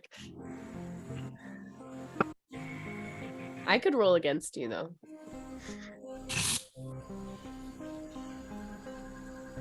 Yeah, that'll work out well in my Yeah. favor. I know you'd totally take that up. All right, so if it's on one, All I'm saying is we could make like a swing type situation and just carry you between the Pegasi. like I see everybody getting there on horse except for just basically it's like who is Sophia? What is Sophia going to be transformed into, and who is she riding with? Is what it looks like. What I'm thinking right now. If you don't want to use your spell and or to get us back afterwards, since you only have one use of your spell, we could fashion some sort of sling, if you will. It's totally fine. I'm sure that'll turn out good. Which one? The sling? I don't think I would trust the sling to hold Sophia. Keep Ew. in mind, sleight of hand is at disadvantage too. Yeah. oof. So anything you craft, Yikes. Yeah. Not necessarily. So I will say, I will break my own rules in certain places, like crafting or forging. Probably not this. I usually, because typically sleight of hand is used for like stealing and like Thievery. doing Deception. thievery, stuff like that. So it depends on what it's being used. Like I'm not gonna make sleight of hand for crafting a figure or a sword disadvantage because Phoenix is dead. Probably not. Damn you, Phoenix. Suddenly all the pottery in the land is just awful. Yeah, it's just like all awful. What happened? I just lost my mojo. I don't know. had an off day. An off day. It's like an off week, man. Come on. Just bad clay. Bad clay. Sophia, you will turn into a crab. A small A A crab. regular Small crab, right? A regular crab. I was Okay. about to say, are we doing this giant crab thing? We know what you'll turn into next. We'll know what you would. I don't We think know that's what you'll gonna be work once you hit the ground. All right. So they're off. And so as they take off, there's no need for like any kind of checks because they know exactly where they're going to traverse, taking their horses, their steeds, which shouldn't even take them very long flying to get to this inactive caldera that's on the top of the mountain. But as they fly, of course, as they close distance, the air becomes more, the smell of sulfur in the air becomes harsher, heat in the air. They can see the pillars that they're flying over and can tell that this would be a treacherous trek for anyone to take on foot. And they surmise that maybe even just in the fact that there's only 4 of them that Nylea has blessed them with not needing to take it on foot. Thanks, Nylea. And so as they get closer to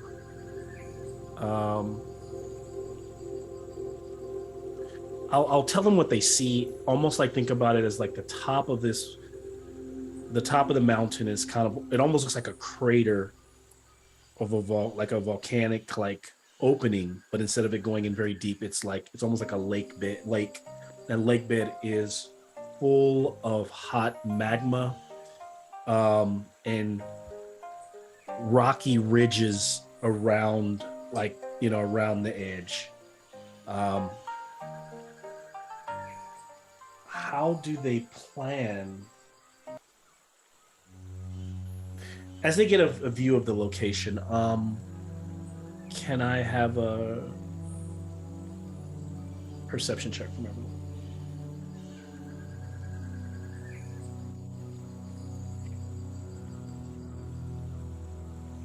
12. 13. 12, 13. Okay. And so 12, 13. Marcinos? 21. Nice. So you have a feeling, Proxinos, of course, that closing the distance, getting closer. You also notice with that 21 that at the center there are two rocky formations. So imagine this is the caldera opening. This is all the red lava in that pit that goes around, the top of the mountain. There are two pieces of rock that jut out that could be used to kind of stand on and gain footing. And at the center of those two rocks, there's like a bubbling of that magma, like almost like swirling. And just maybe the tip of it, the top of it, you can see there very far away, Proxinos, that there looks like it could be an egg there, just bubbling around the surface. Like the rock that you have fought before, that predatory creatures or any creature like this, as you close distance, as you come in closer, that is when it will probably make itself known, and will probably be on the defensive and will probably attack. How do you all proceed? Letting everyone know this is the nest. Once we go down, we'll be in it. They'll fight. Things will fight us. Everyone prepare themselves best they can. You see Proxinos taking out the broken Dragon Slayer staff that he has, and the broken part of it gathering mist as it turns into a partially reformed spear at the end. Ooh.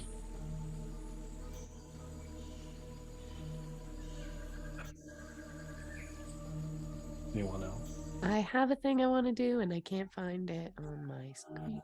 Oh, Fitz will pull a cloak of stars around her, and for a minute, anything against me is at disadvantage. Any attack roll. And it starts ticking. All right. And I guess we're getting ready, so Persis will also cast protection from energy. Actually going to... I feel like who is going to be most vulnerable? Let's extend some faith on our new person, and I'm going to grant Sophia protection from energy, fire. I would like to note that you're doing it on Sophia Crab. Yeah, I was about to say, I'm still a crab. It still carries It over. carries over when he transforms. Yeah. When she transforms. Okay. So I can't do any other extra setup, or you'll turn out of crab, which would be bad from this height.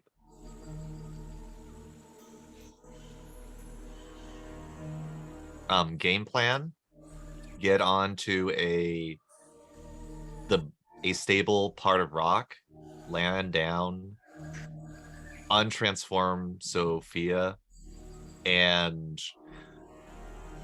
take it from there when the Phoenix shows up. Okay.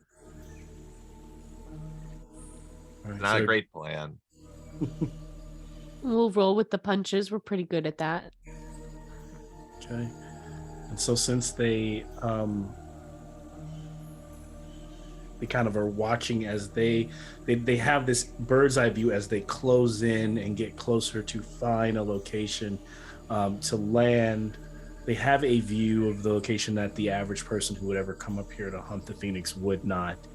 And so give me all of you a survival check. That's good news. That's a 26. Okay. Beats my 10. Beats my 11. All right. So, because you kind of have that survey of the land. As you get in close, and Proxinos can he's the first to see the fire beginning to bubble, the magma beginning to, this flame rolling across the top of the magma beginning to swirl, almost like it is like a spirit is erupting, and this spectral force of fire, this elemental force of fire, is quickly, rapidly rolling up, like when flames twirl, and starting to become this large bird. But because you have the lay of the land, I'll give you, Proxinos, advantage on your initiative check. Everyone gets a +2 to their initiative check. But roll initiative as this thing is birthing itself from right over the top of the egg. The phoenix is being born, or rising. Let's hope I roll 25. high. I checked the stats of a crab, and your dexterity is 11. Yeah, no, I'm getting the stat. You said 25 fits? Yeah. All right. And I'm sorry again, this is the worst place for a crab to be. I like that your go-to is crab. No. And so fix that 25. That's Proximus, what I what'd know. you get? That's 19. Nice. Sophia? 10. 10. Hold on. Persis. 13. 13. But I do have to say, I have water walk. Okay. I looked on there real quickly, and it does say that you can walk safely across lava, and I think that's bullshit, so I didn't use it. I guess it like hovers, makes you hover above the Liquid hot magma. Yeah. All right. So as this thing begins to become birthed and the kind of fire rolls out, it looks like the first person to take action will be Fitz. And she has the jump, and Fitz, as you take action, you can tell that the Phoenix is very quick and is going to take the next action, followed by Proxinos, Persis, and then Sophie. And so I'll also allow you to reposition yourselves, because you have to drop on it where you want to be. Right now, Fitz, I have you here. You could be anywhere you really want to be. Like, I mean, long as it's like just kind of in the perimeter of the battlefield. But right now, you're like right there above. Yeah. Yeah, whichever one works. So that's Fitz. This is Proxinos. This is Persis right there, right now. I can work with that. Okay. Fitz is going to pull the bow of Nylea and say, just so you know, we totally got permission to be here, and we're just kind of interested in a feather, so you could surrender one, or we could fight. Are you trying to are you seeing if it responds in that? I'm gonna try. You're gonna persuade the bird. Give me Gonna try. I'll throw in a universal speech. Okay. So it actually understands what I'm saying in case it doesn't. All right. And what kind of check do you want? Persuasion check. Okay. Disadvantage. Minimum is 22. I know it's still gonna hit 22. Yeah. 22. You got a 22? Yeah. 26. So this thing wings, like as you're talking to it, it kind of, because Fitz is at its backside, its flames kind of, and it kind of like turns and whips around. It starts to kind of fly, like hover up above you. Fitz, you lose your action to talking to it, unless you have a bonus action or anything else. That's a good question. Would you like to inspire somebody? Would I ever?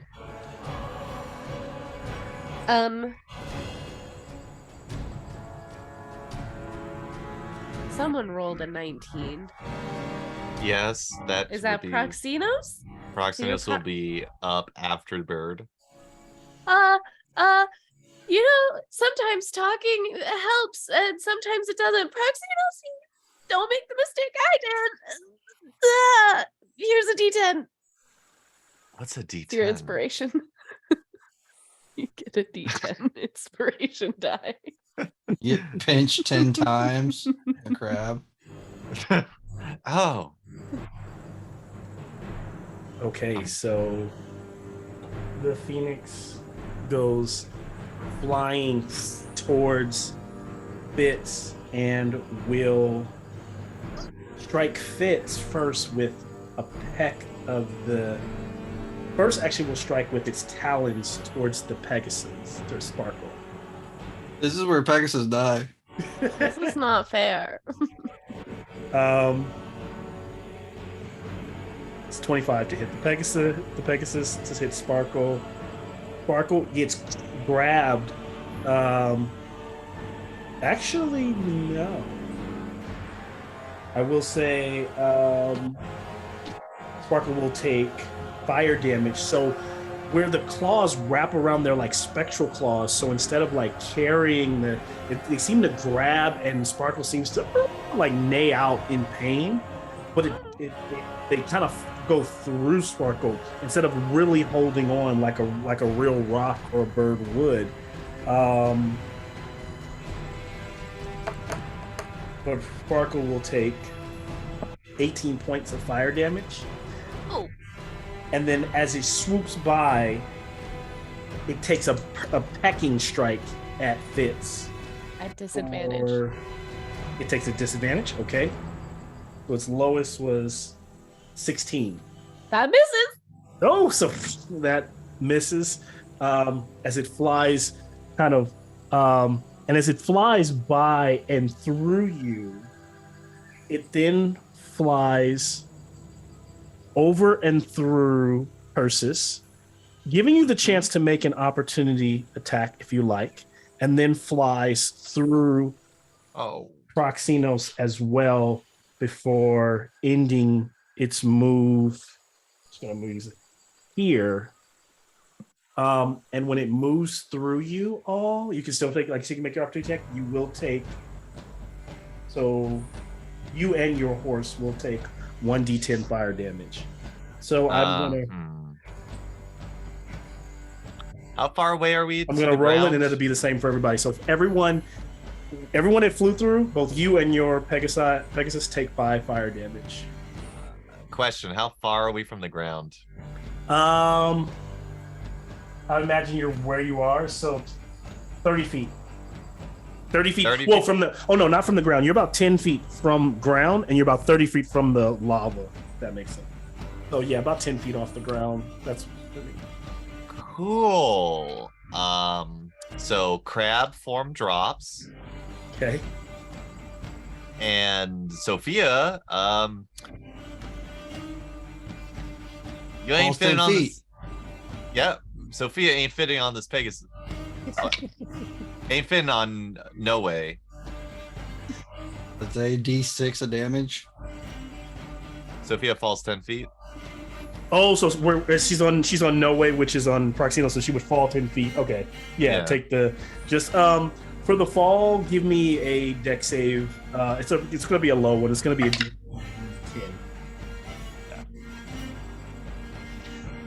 11? No. 12. Sorry. Well, okay, you're good. You take half.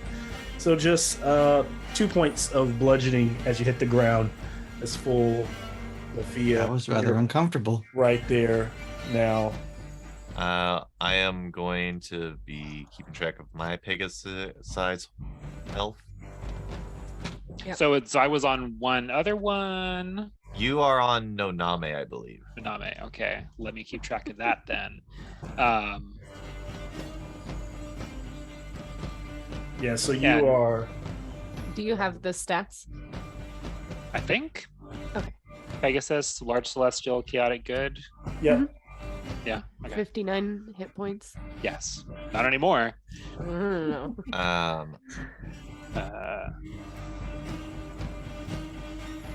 And I think Persis would instinctually use absorb elements, even though that it's not a lot of damage.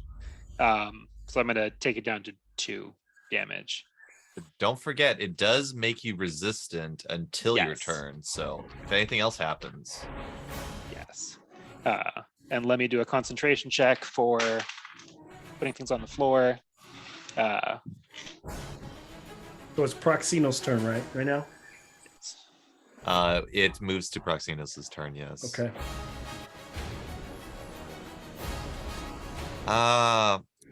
Is this a stupid move? Yes, it is. Let's do it. Very yes. As Sophia gets dropped down. Sorry about that. I'm gonna charge ahead. Okay. Towards the And- creature. Yeah, towards the Phoenix and getting into melee range. Okay. Proxinos will cast a 5th level spell as you see the blade, the spear, grow a bit longer as he thrusts it out and casts Contagion. Okay. This might do absolutely nothing. There is a possibility. Kind of save is it? It's an attack roll. It's an attack roll. Okay. That is a 27 to hit. It's gonna hit. And can this thing be poisoned? It cannot. As it blasts, as it hits it, you realize it's the blows are like the part that's supposed to poison it. You can tell it because it's elemental. Doesn't really have full physical form. Doesn't do anything. That part doesn't do anything. I don't know. So it's weird because it's makes the target poisoned, Okay. and then it's supposed to persist. At the end of each of the target's turns, it must make a con save. Okay. And if it fails on all 3, it is inflicted by a deadly disease. Okay. It's immune to poison, so I don't think that would work. Yes. So that did nothing. Yeah. Let's see.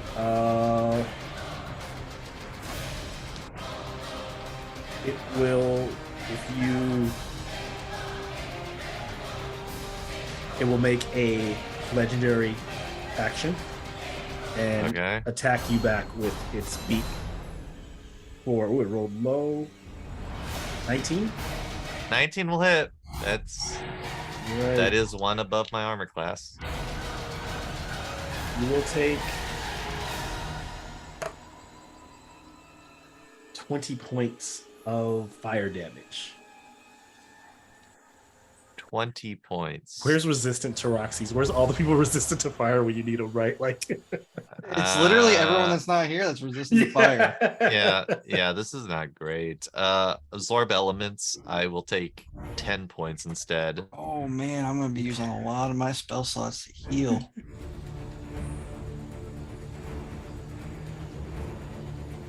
Okay. It's now Persis' turn. It's Okay. right here. Oh yeah, I probably need to see what's going on with the battlefield. Oh, Yeah, Persis is going to try other stupid moves. For the action, she's going to cast Armor of Agathis at 4th level. Then you'll see just waves amidst a sea of fire. Waves of cold will pour off of her. Okay. And she's going to bonus action, quicken Eldritch Blast, and she's simultaneously going to be yelling at this thing, just like screaming out because she wants to try to pull it towards her.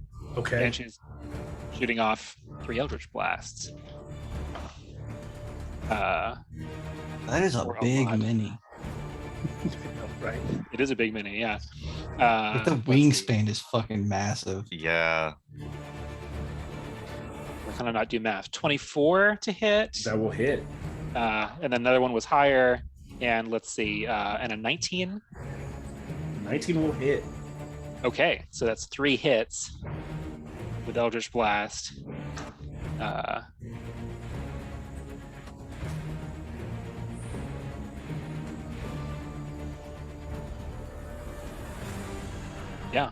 So that's going to be 25 force damage. Phoenix will take all that damage, like full on. As like each one of those punches through, as it like cries out as it's being punched, and does turn towards you for sure. As being the first person to actually like score any kind of damage. Is that it on your turn? That's my turn. Are you moving anywhere on your Pegasus, or just kind of you staying? Oh, so if this is an option, can I get off the Pegasus and get it to safety? Yep, and just be down here. And then where would you like to send because of course on your turn you can move your Pegasus wherever you like. I mean, away from the Phoenix. Okay, we'll just have it shoot over there. Yeah. All right, so you're on the rock there. Using 2 legendary actions, it rushes angrily towards and strikes out at 15 with a 15-foot range. I get an attack of opportunity. You do. Yeah, I won't hit. That's a 12. That will not hit as it rushes over to attack. So when it uses this move, it gets a free move and this talon attack. So rushing in towards Persis there on the cliff, making an attack with its talons. 17 plus, so 29. And yeah, it's gonna hit. Yeah, I know. And so then Persis will take 19 fire damage. Okay. I will say this right now, kind of metagaming and sharing. The great thing about this creature is, for you all's purposes, is that unlike the rock, when those talons hit, you're grappled. So it doesn't have the grapple effect, which is that's nice. Yeah. That'd be so broken. Grapple, drop you in the lava. Yeah, that's kind of what I wanted it to do. It's like that's what I was gonna do to Sparkle. It's just like, actually, what I was gonna do is just ride Sparkle through the lava. Oh wow! just get people in and pick them up, but it can't grapple. Terrible. So you guys are good there. Yeah. We're out here trying to make enemies now. I just thought that's what it would do, but it's like, oh no, I can't. You know, Jason would give you so much shit for animal cruelty. You really would. Oh my gosh. All right. So I'm having the damage with Absorb Elements. You got it. And it hit me with the melee attack, so it takes 20 cold damage. Okay. And takes 20 cold. All right, we'll take that 20. And let me do a concentration check. That's a 20 plus mod. So Sophia still has resistance. All right. So now we're on Sophia. All right, first round, into the first round. You're up. And you're over. Sorry if you don't see yourself, because you're over here. Yeah. Awesome. Cool. So you can, of course, move across this like difficult terrain. Which would mean I only have 20 feet of movement. Yeah. Unless you do something amazing like trying to jump or leap or stuff like that. Yeah, nah, I'm not my brother. Sorry. Is there any way I can get to that lower portion of the rock with 20 feet? Here? No, going towards the enemy. Oh yeah, absolutely. So going down would be easy. So you're like 20 would get you like maybe there. That's exactly where I wanted to be. Okay. Okay.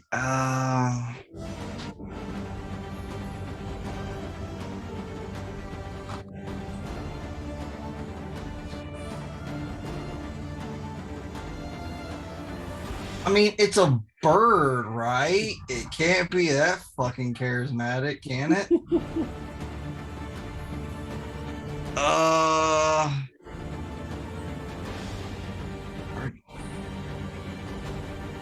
Bane or guiding bolt? New rule. I realize it has flyby. So from now on, I did not know, but The Phoenix does not provoke opportunity of attacks when it flies out of range of an enemy. Okay, good to know. Just treat it as it allowed those attacks in, and now it's like turning up its speed, getting faster. Okay. In that case, since this thing wants to put on the afterburners, I gotta see if I fucking hit first. I'm just gonna do a first level guiding bolt. Okay.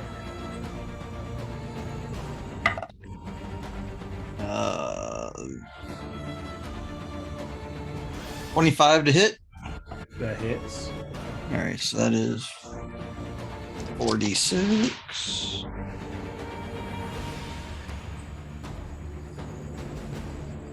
Two, three, four. All right, that's nice. That's 10, 14, 17 points of radiant damage. 17 points of radiant. Okay. Yes, and the next attack roll has advantage. So Okay. Okay, so whoever's next attack roll has advantage. The creature seems to be kind of not stunned D&D rules, but like taken off guard by that attack, where it doesn't even have a moment to respond. If that's all Sophia has, we move to the top for the second round as Fitz is back up here on top of Sparkle. Ooh, okay. I'm gonna pull out the bow from Nylea and be like, fine. If you wanna play like that, let's play like that. I'm gonna pull an arrow out and I'm going to cast Ice Storm Okay. with one of the magical arrows. I would like a dex save. Dex save. It needs an 18. Fuck this bird and fuck this lava.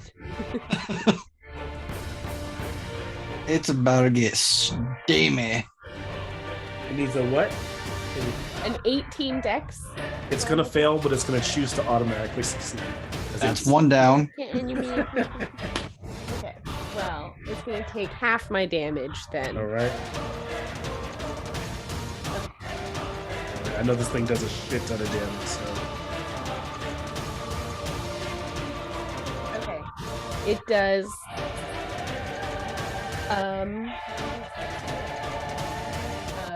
10 points of bludgeoning halved. So 10 points of 5. bludgeoning. All right. And then it does That 10 is the half, right? Or no? No, Oh no, the 10 half, so 5. 5. Okay. and then it does 6 and 17 points total of cold damage. And the bludgeoning will be cut further in half, so we'll do 2 points of bludgeoning, and then it will do the cold 17 cold. 17 total. So maybe that 17 does total. something. So then, But if so it was 5. So minus 5 was at so 12 cold damage. Then it takes 12 cold, right? Because it was. I don't know your rules. Because you rolled 5. You rolled 10. Oh, I mean, was it 17 with the 10 bludgeoning? It's split into 2, so I split Okay. the damage for you. So the 10 was the bludgeoning, but that was the total, so it should be 5. But then Okay. it gets reduced even more, I think. Okay, and then you already split, so the total was 17. 17 total for the cold damage. Okay, for the cold. So it'd take the full cold, 17, Awesome. and then it takes 2 bludgeoning damage because the bludgeoning got split in half twice. Okay, Awesome. got it. All right, so you guys, the cold kind of starts to crystallize over the fire, and then at the same time, immediately, like intense heat as it hits it and crystallizes, it immediately evaporates and melts, and all this mist rolls off of it. And it bats its wings, causing a bunch of heat. I meant to ask you at the end of the first turn, because you guys are fighting around this intense heat, and have a con save from everyone. Natural 20. Nice. Okay. 17. 11. Thank you, Nine. Keyleth. Fuck, you came in clutch. 17, nice. 9. Then 11. 11. All right. So the 9 will not pass. The 11 will on the first turn. But the second turn, you can feel the heat growing hotter. So the DC is going up. So Persis, you have 1 level of exhaustion. Oh no. No, it would be Proximus. Oh, sorry, Proxinos. I'm sorry. So Proxinos, you have 1 level of exhaustion. Man, you love your exhaustion. Oh, Yes. So you pretty much have 6 turns to kill this thing. Well, if you were to continue to fail, right? Like if you were to continue to fail exhaustions, which you shouldn't, but have you seen Proxinos? The dude's sleeping on a horse. It's just like if you were like in an intense heat. So you're in a sauna, right? It's cool. It's already hot at the beginning, but the longer you stay in, the hotter it gets, and the harder it gets to kind of survive. Oh boy. All right. Okay. So we're back so Fitz has gone. She did a bunch of damage. Now the Phoenix responds. It will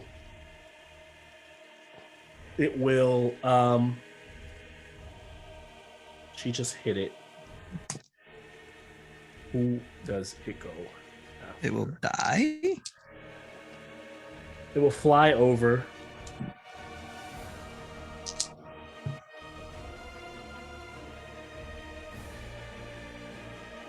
And attack Proxinos Okay. with a beak for a nat 20 on the beak for How far away is Proximus from me? maybe If you're not in range, I probably 40 am. feet. Oh, you bastard, Mal. It's 30 feet. He will hit both with both. Can I believe I'm within 60 feet. You are within 60 feet. I'd like to silvery barbs that. The nat 20. The nat 20? Yep. Yeah, that's 60 feet. Oh. It will roll again. It will Silvery still barbs. hit, but it will not be a nat 20. Yeah. So he will take both the beak. These are all just fire damage. So a total of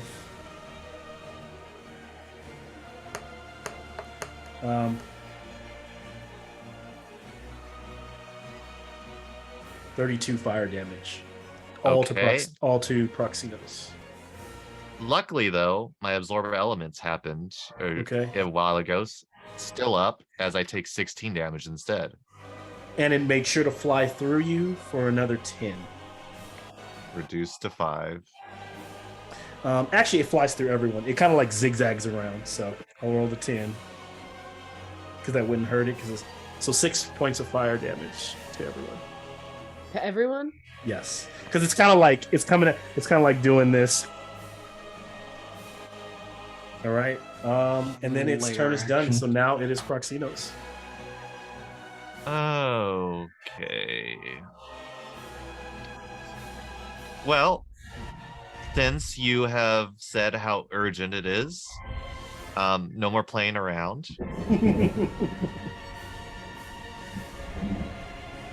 As storms start to gather above, as 60 feet around the whole arena, these storm clouds gather, coming in from all the mist and steam that was brought up by the icicle shards. Like it. And with the ethereal part of the spear pointed up, he points it straight down onto the Phoenix in front of him, as I need a dexterity save. A dirty 20. Okay, so you'll take half of this, Okay. as it's going to be 5d10 because I cast it at 5th level. Yep. 17,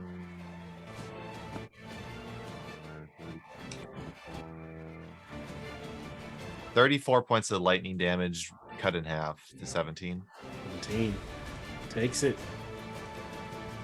Nice. So, and when that lightning kind of sure that it has no resistances, okay.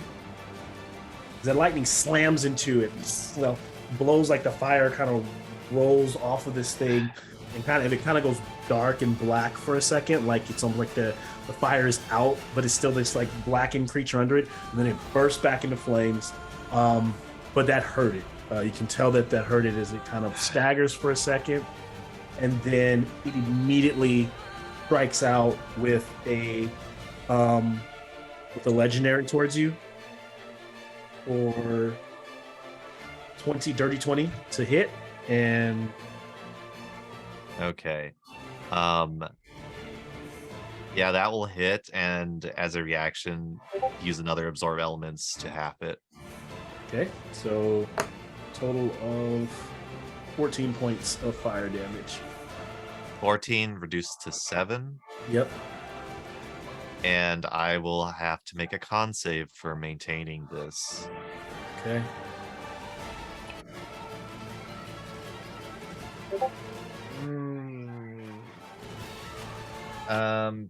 Using inspiration from Fitz with a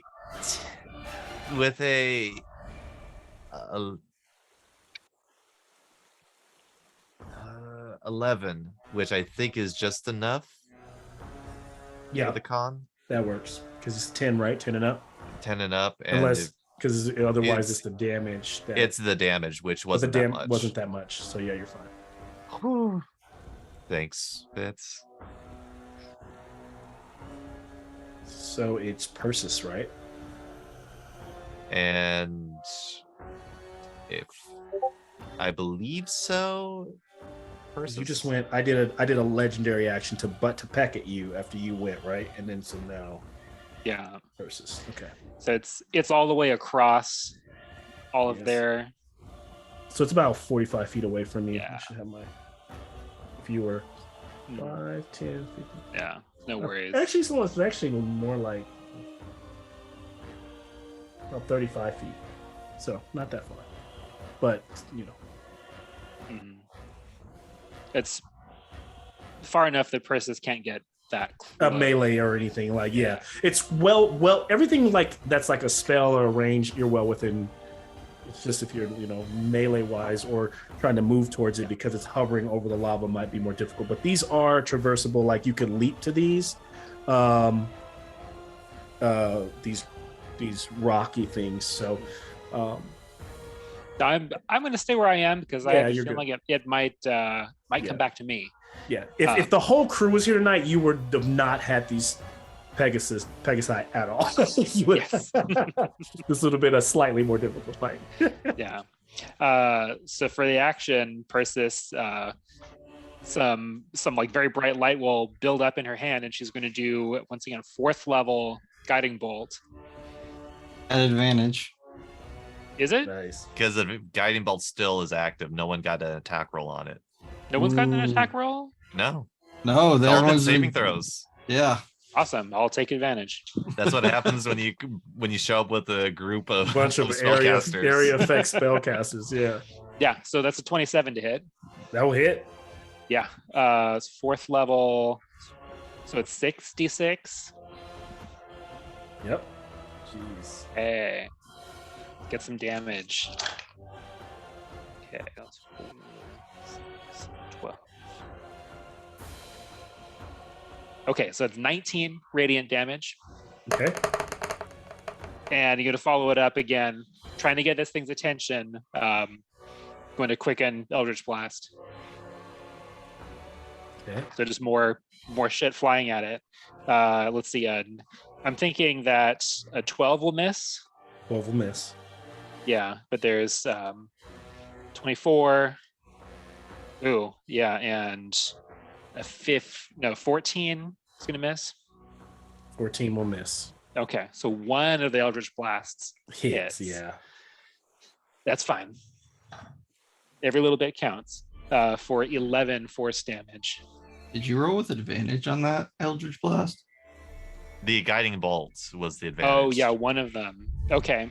Oh, so yeah. I would, And Does that how count? much damage is your guiding bolt? So do? my guiding bolt gave your guiding bolt advantage, and your guiding bolt gave your Eldritch Blast advantage. Okay. And so how much damage Okay. did your guiding bolt? guiding did? bolts.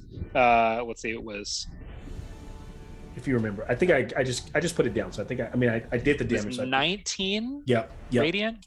That looks right. And then Yeah. then now you're doing your Eldritch Blast damage. Yeah, What is that? Yeah, So this which thing's I was- fucking hurt. That was 11, but then they pointed out I should have had advantage on one of those. Oh, so you want to reroll another yeah. one of those? Okay. Let me do one. Which is 17. That is going to just miss. Just miss. As Okay. it like flies over that one. Yeah. 18 AC. So Yeah. the bird is looking angry, and this elemental is looking really brutalized. And so with its legendary actions, if you're done, it dives down into the fire, kind of disappears under the fire, and then explodes back out. And so when it explodes back out, hovering in the middle there, right where it is, sends like magma flying all different directions. So I need a dex save from everyone. Like it's just like rolling off of its wings and like throwing it, cascading it out. Okay. So 18. and actually, I need the dex save of your Pegasus. Or if you're on the Pegasus, you gotta do your Peg. Unless you're jumping off. Not for Persis is good, but for you 19 in that two. case. 19 is still a success. 19 as well. All right, so you will take. Okay, so far successes. How about you, Fitz? So Fitz, I think that's something. It was a. So it's going to be 14 for those who passed, and 28 fire damage for those who failed. Is that on the Pegasus So I or take on the person? 17 or 7. It's on both of you. Because if the Pegasus failed, you guys got splashed in it. Okay. How much did you say? I'll that take was? 7 points, and You'll take Pegasi 7, will take take- 14. 14. Yeah. Tell you, man, these Pegasus are gonna die right here. That's tight. Malcolm Orb said elements again. he's enough of this shit. He's looking weak though. He's very hurt. So, and he just used 2 legendary actions to do that move. Comes out splashing that fire, or this Phoenix. And now, who was up next? So Persis had just gone. So now it's Sophia. Use my advantage for the con Okay. save. I maintain con on my save. Okay.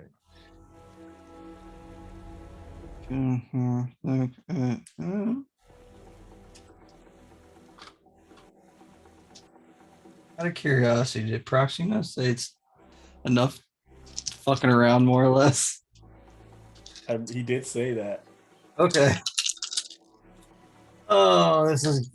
He's here's finally wide awake. Here's a level 6 from your cleric. I need a level. I'm casting harm on the Phoenix. Okay. What I need need to a make? con save of 20. It will automatically pass. Okay, you will take half of 14d6. I don't have enough d6. What kind of I'm gonna have damage? Necrotic. Necrotic. All right, it's gonna take all of that. I'm gonna have to fucking roll. I mean, it's 14, so I'm gonna have to roll 4 extras. Okay. The joy of rolling multiple die. Yeah. Oh my god. Yes. There's a lot of 5s. Wow, there's a lot of 5s. Okay, 5, 10, 15, 20, 25, 5. 29, It's going up. 30, 33. All right. Jesus. 35, 37, 38, and 4 extra d6s because I don't have enough.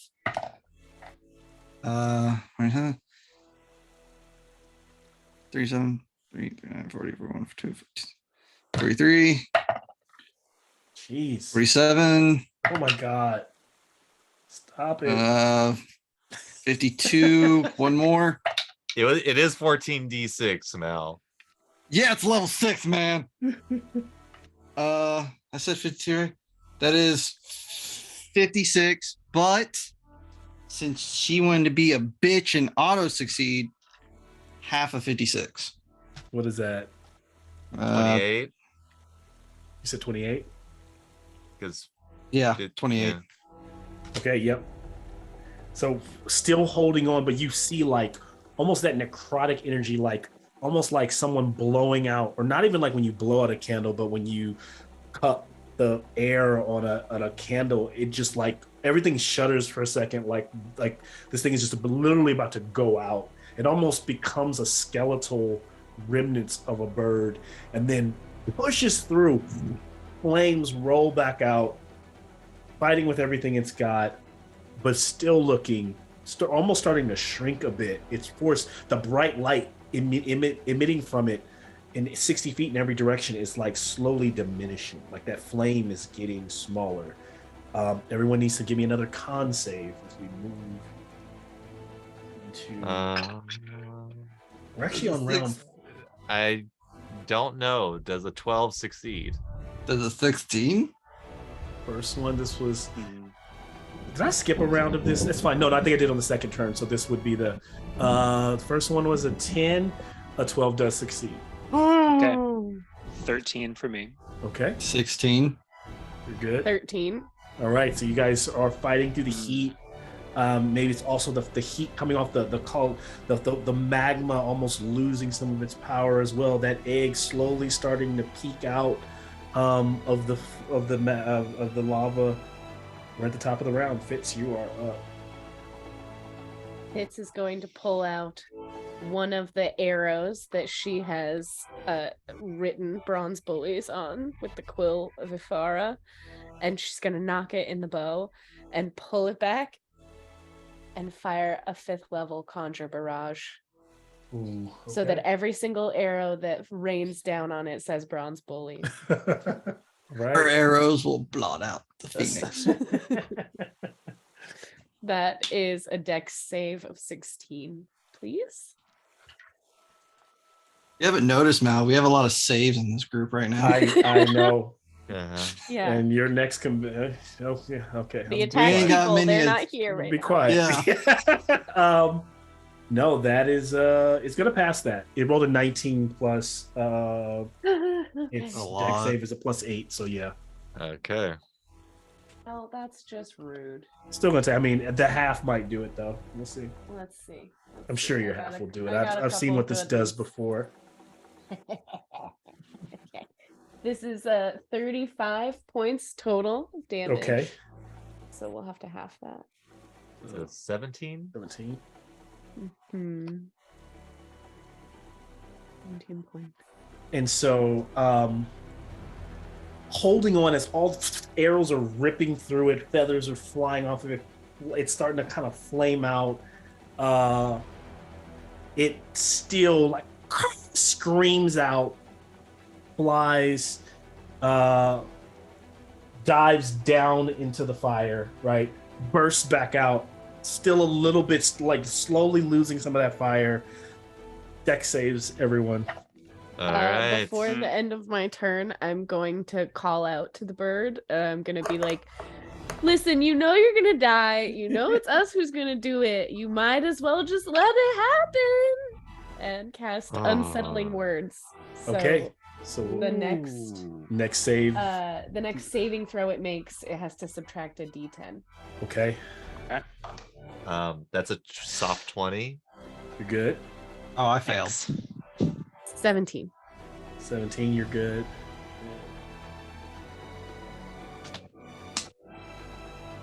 All right, so if you pass so far, Sophia I think failed, 23 damage. If you pass, it's half, so it's going to be. I still have that 11 points of fire damage. spell on me, Colin, or no? You do for now. I think 11 you may be points, about to you said? lose it. It is now Proximos' turn. No, yeah. Wait, who's looking No. hurt in this group right now? Actually, no, because Fitz is gone. It uses legendary, and now it's Its turn. Yeah. It's its turn. So then it will. the horse, the It's not gonna be Pegasi. Not was gonna hard. be- Sparkles If- is fucking hurt.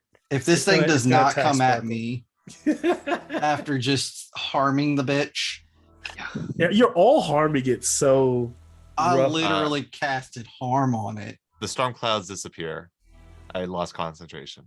it would be You mean. do still have Sophia still has protection from energy. Okay, so I do take 11. I think. It Thank you. will- it will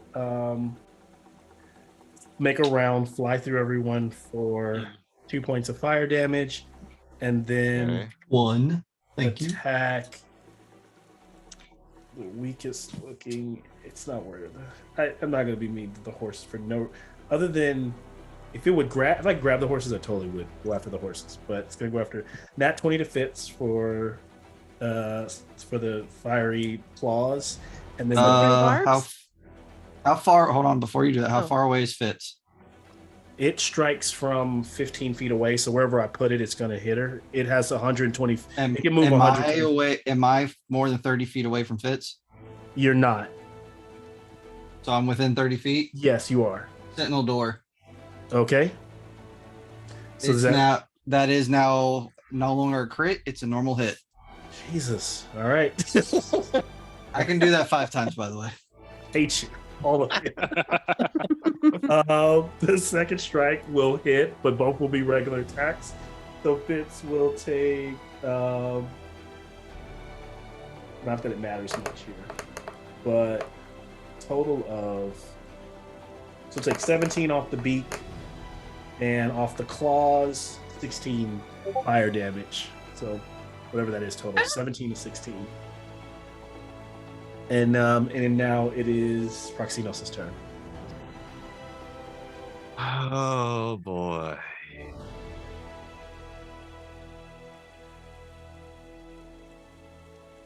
Well, Proxinos turns to it, and with it seemingly on its last legs,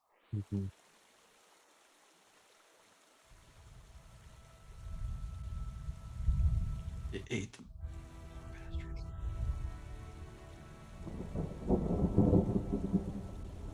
Proxino will take the staff and put in the motion of a javelin toss. And going through the motion, it looks like he chucks it, but his hand's still gripping towards it as the actual ethereal part of the spear tip flies out. Okay. And I need a con save because I'm casting blight on it. Minus Fitz's thing. Minus the D10 to the roll. All right. You want me to roll the d10 or do you want to roll it? It'll take half because it's going to use its last legendary resistance to hold on. Against Blight? God, this thing's being a prick. Die. And Once you guys are level 12 now, like monsters are never going to hold back. They're going to just try and do everything they can. okay. I know, prolonging the inevitable, but I can't imagine this phoenix giving up. Also, because it's an immortal creature, so it has no reason to let up. It has no reason to try to get it. There is no fight or flight. It's all fight. Yeah, it's all fight. That's also part of its resilience. It's all fight to the end. 39 points of necrotic damage. How do you what does it look like? What do you think that even looks like? You halved. It was fighting to the death with 2 hit points. Wow. You auto succeeded with 2 HP. Yeah, I knew it was gonna die. Didn't care. You would see that. So it's like flying at you as you blight it. With No Way charging towards it as Proximus looks like he chucks it as the ethereal spear pierces through it. This necrotic energy just going straight through the thing. And it blows away like fire. And then this is its last move. As it kind of shrinks down like a little nova, like a little star. It's just I need a dex save from everyone. But you can tell that this dex save is much higher than what you needed to succeed before as it explodes into fire and gas. Natural 20. The natural 20 will pass. Keyleth is liking this character. Cool. 11. 5. Those were all 18. fail. It's a DC 20. for this, Oh, or take a total of 27 fire damage. And it's Fitz gone. is down. Is So this a Fitz, is this an all or nothing thing? Like if I save, I don't take any, or half? if you no, if you save, you take half. So half of 27 Yeah, so is yeah, 13. you'd all still take damage. Yeah.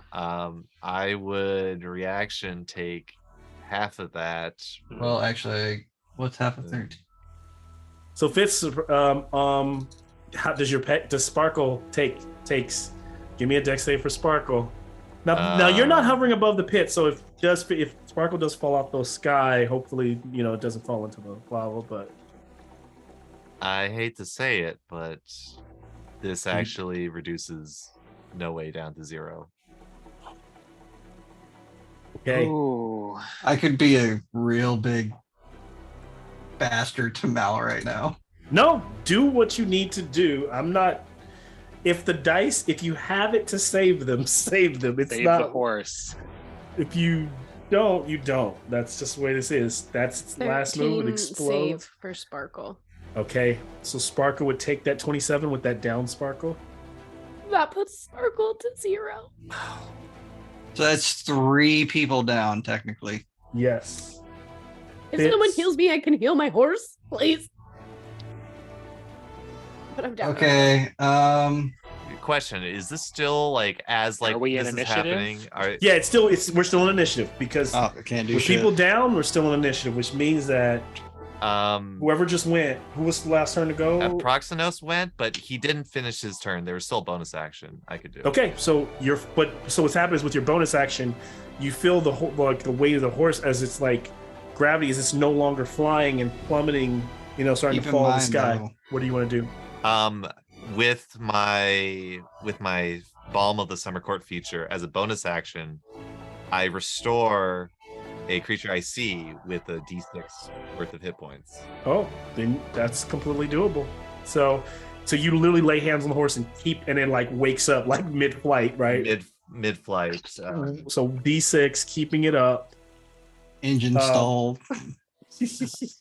I got to recharge my horse. And I'm not gonna. So one thing I have decided is that the Pegasus do not have normal.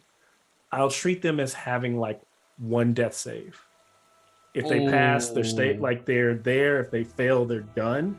So they don't get 2 or 3 because they're like but you could use a Phoenix Feather or something like that on a horse if you love it that much, right? Or like on a Pegasus. You can use it on anything you want. But so you are up. So Proxinos, you kind of like as you're about to hit the lava or hit that rock, you come pulling up. We made it, no way. As you're doing that, is that end your turn?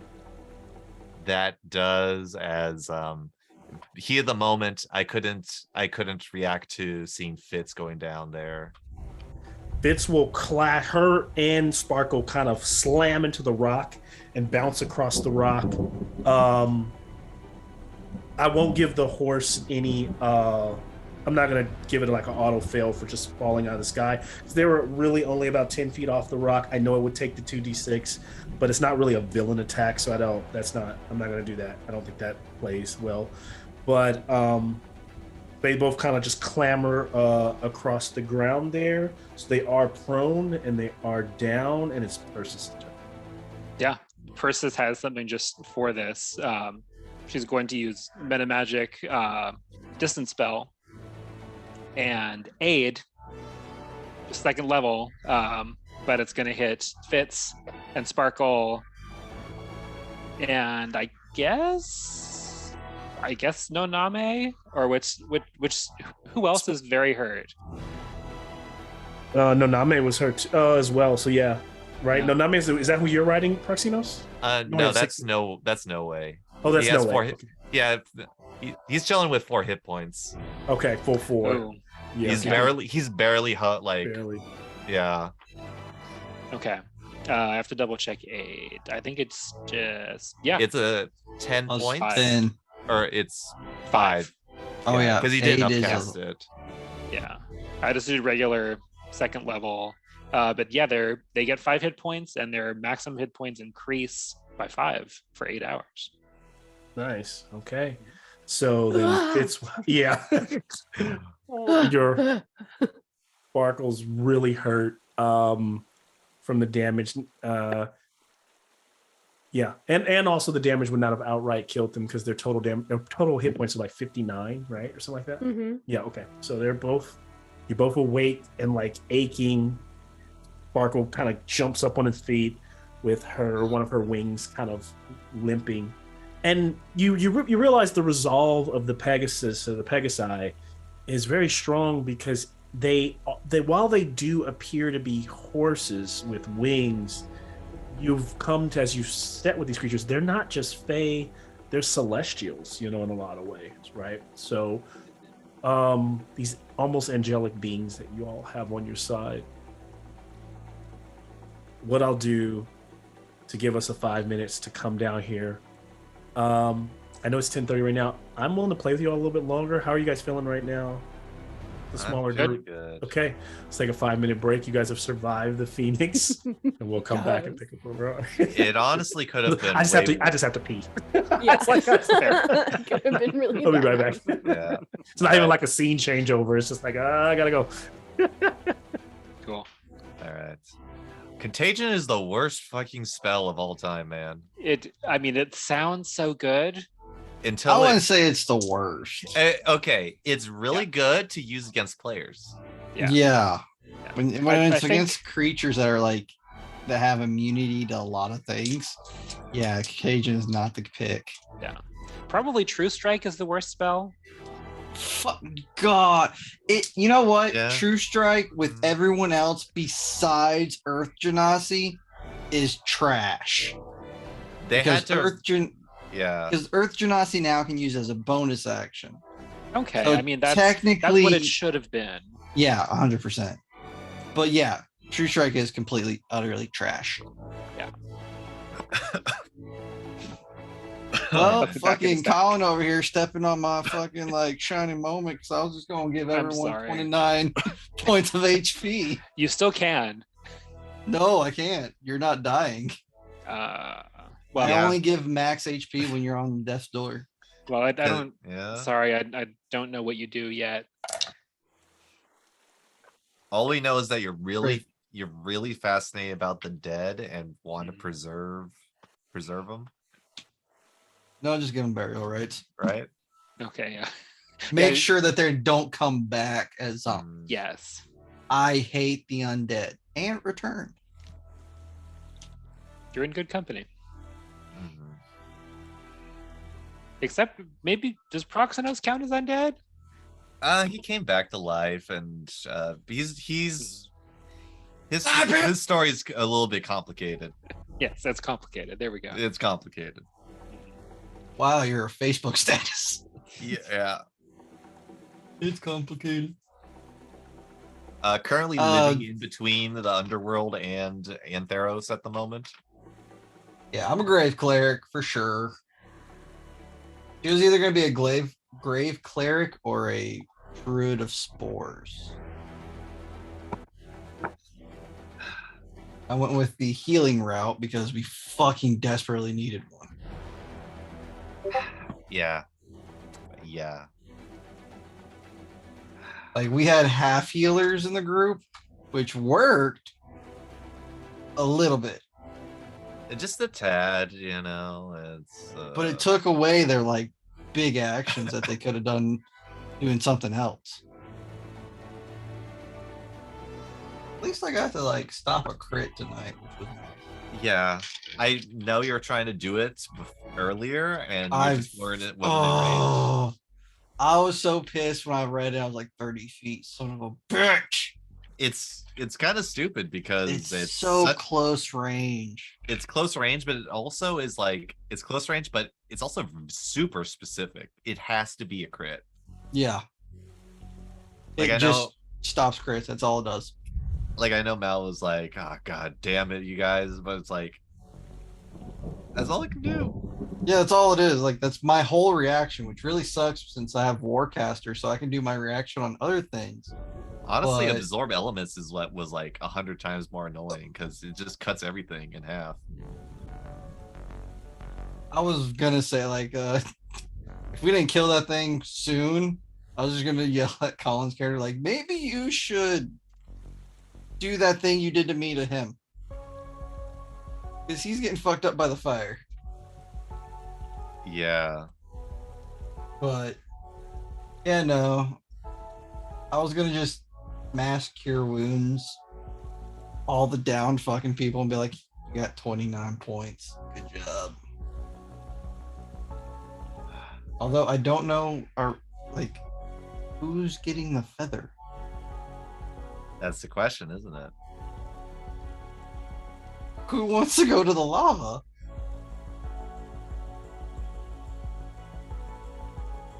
Because right now, if it's anybody besides me and Persis, maybe.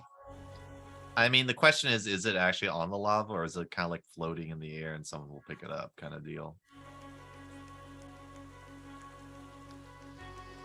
And then we got the egg that's emerging for Phoenix number 2. Yeah. But we leave that one alone. When he said something about an egg, I was like, God, Fitz is gonna fucking take it. That's a big no. Already has a dragon egg. Fuck it, might as well get a Phoenix one. Oh man. Hopefully not. Oh man, oh man, oh man, oh man. Well, I am glad that Sophia is here. She's definitely not going to be like Zen, unfortunately. She did not like the crab thing, guaranteed. She's not very accepting. She's like stuck in her ways. I felt like Zen didn't like the crab thing either. He liked the giant crab when he was pinching people. That was fun. But I know Sophia would not. She would not like to be changed from her centaur form. Well, we can leave you on the volcano, Sophia, or you can become crab again. Your choice. Is there any way to like fast travel down, Malcolm?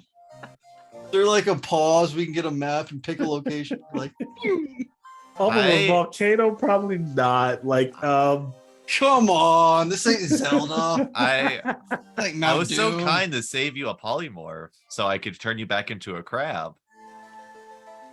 I was saying, Sophia does not like. She is stuck in her ways. Like being transformed and stuff. Yeah, no, she doesn't. No, she's got been a centaur right since. Well, yeah, duh. Unless she'd like to take the stairs down. Hop along. So Mal, how do you think we did against the Phoenix? Good job. That was a good fight. That Did just you do shows that on how the strong. fly? No, it was always an option. The Phoenix was always an option to fight tonight. It's funny because I forgot. Like I didn't really talk to you about the story. So it's interesting that I thought it was interesting once you start sharing that there's a chance to bring Zen back with this feather, but it wasn't on the fly. It wasn't like I didn't make it up for that reason. And it sounds like that's not necessarily what she wants anyway. But I don't know. But it was still. No. Was still a possibility because here's the thing. Remember, it's a true resurrection spell, which means that it does not matter how long the person's been dead. It's the same thing as when you guys brought Argynvost back from 500. You mean when Benji did? When Benji did, yeah, this would bring you back regardless of body or anything. Benji was on I'm just gonna do this, and it was yeah. Both sides of the groups were like, it's that type of resurrection. It is like you're back. And you're alive and you're good. And it's one single action. So in just one moment. One moment instead of like an hour. It's just it's a Phoenix down from Final Fantasy. It's like you're back. That's all I can think about. Gotta just say, because we are recording.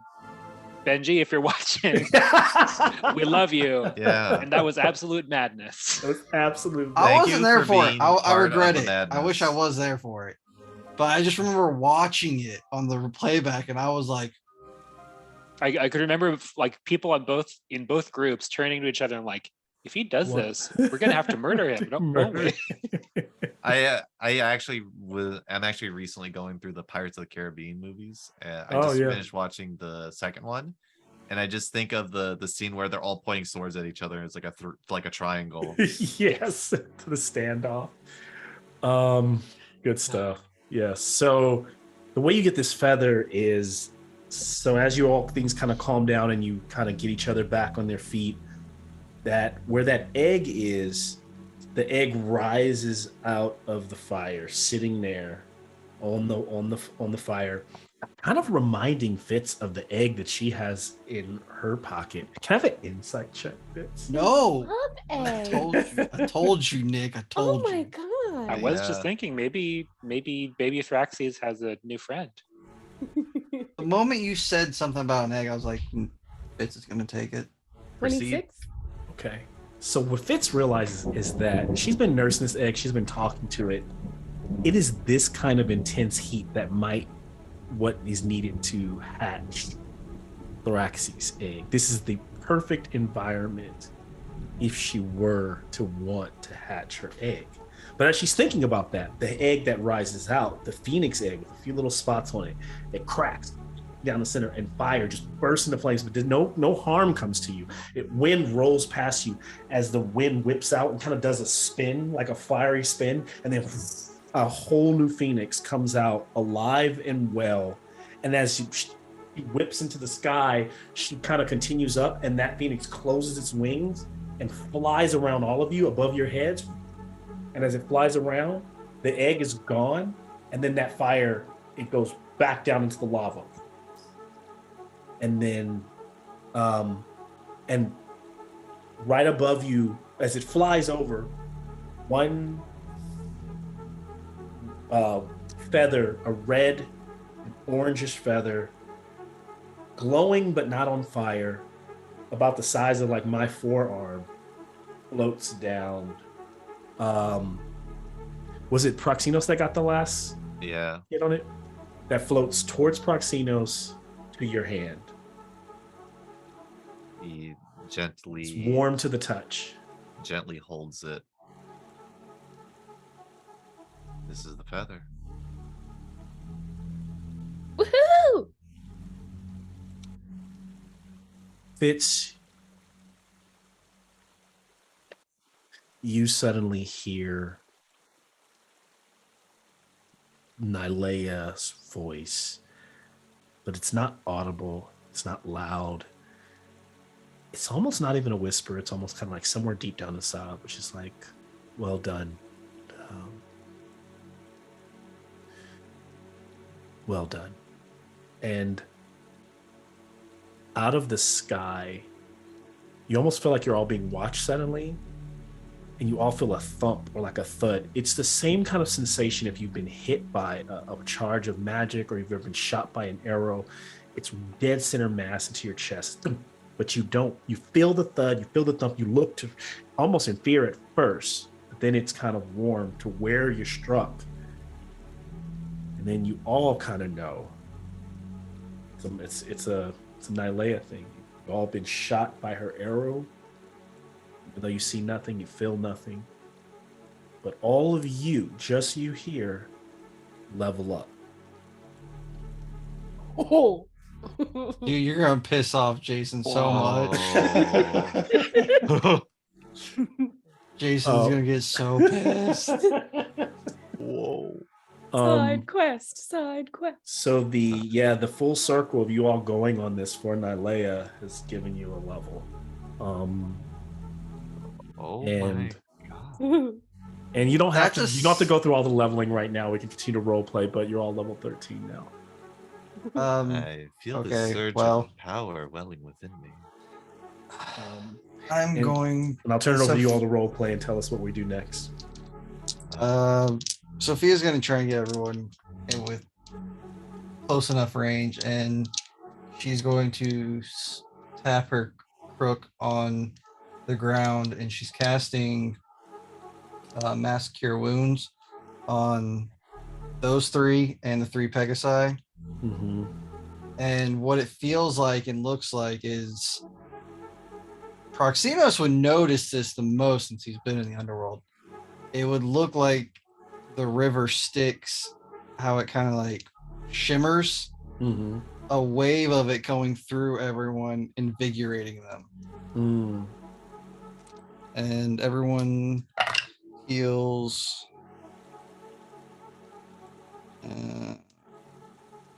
18. 18 points. Do you Yes. do it for the Pegasi? Yeah. Yeah, six, he did it. He did six it for creatures. It's you three and the 3 Pegasi. I did not include Amazing. myself. Oh, Proxy. Sophia healed the animals. I like feel this like you one. could bond over that.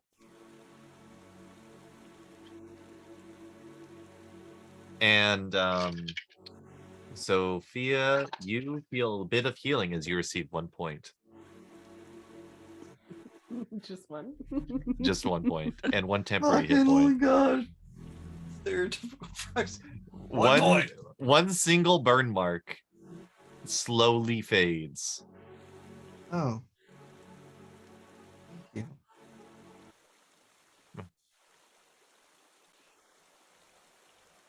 nice. Let's also not forget Fitz has like battle scars now. She still has the scar above the eye. Oh yeah. Yeah.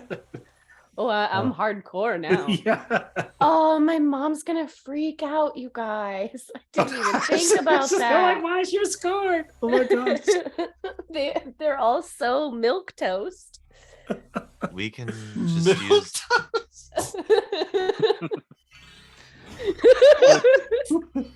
Don't you have a It's- fashionable bully scarf that you could put over your head?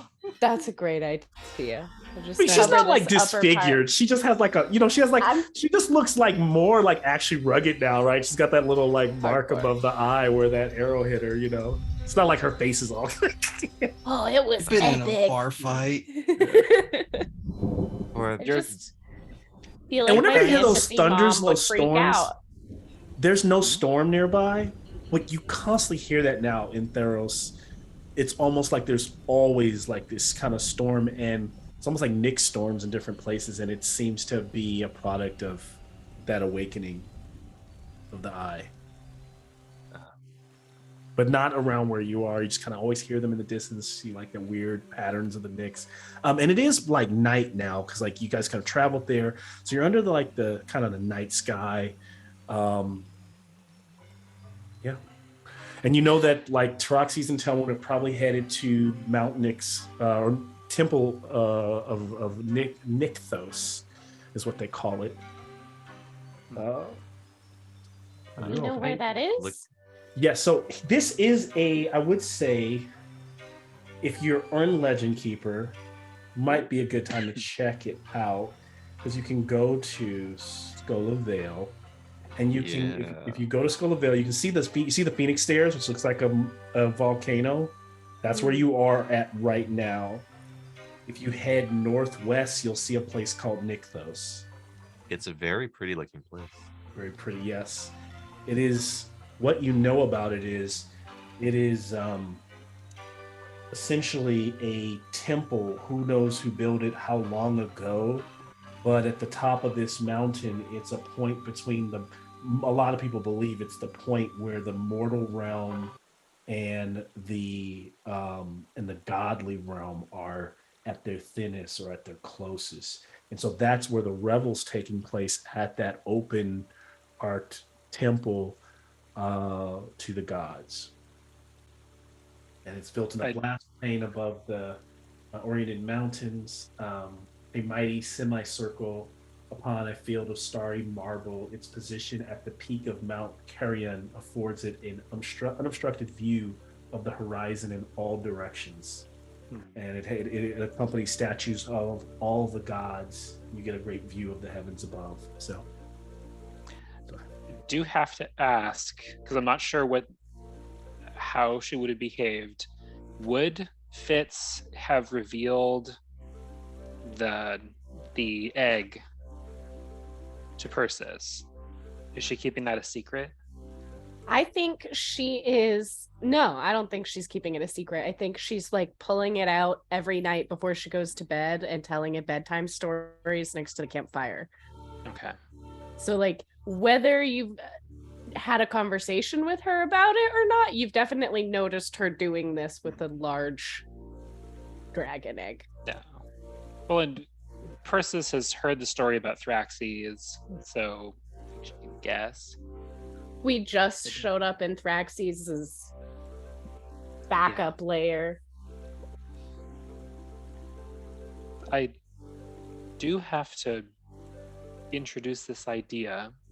I don't know if it's a good idea, but it's one that we may never have an opportunity to carry out. What's your idea? We know that having Thraxes' egg could be dangerous. It could? Uh-huh. This seems like one place where if it grew up, it might receive the right kind of upbringing.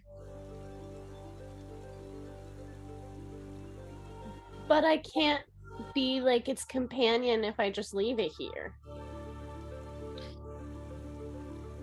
That's right. What if we had some sort of bond? I found it for a reason. Rescued it. Maybe that reason was to set it free. Hmm. Who better to look after it than Nylea, the very one that you worship most? But this volcano's kind of occupied. Even better, it has guidance. Someone who's wise. Hmm. And What? someone who's strong, as we've seen. If you're so unsure, Fitz, why don't you go Marco?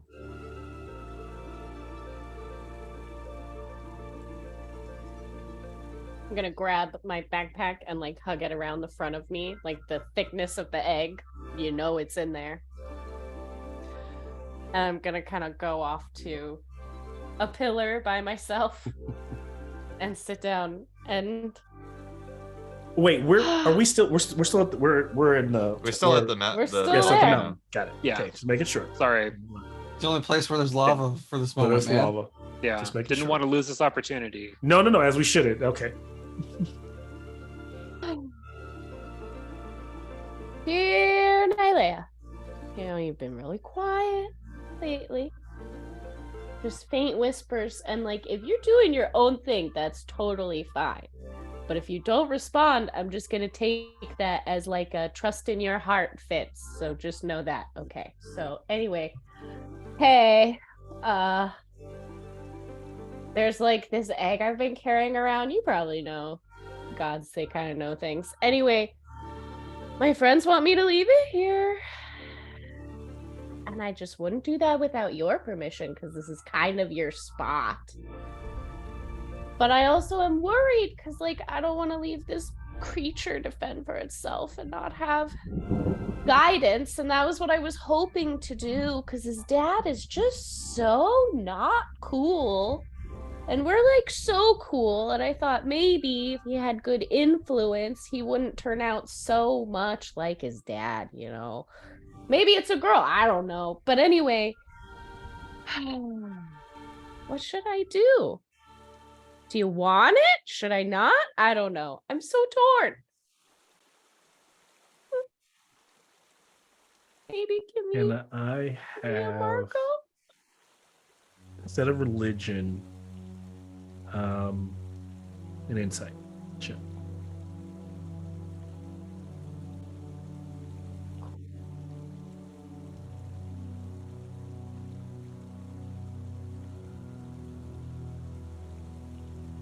A 15. Okay. And so,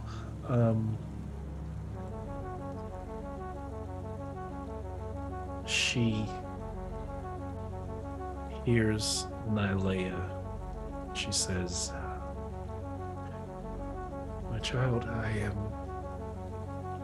am sorry. I have been preoccupied.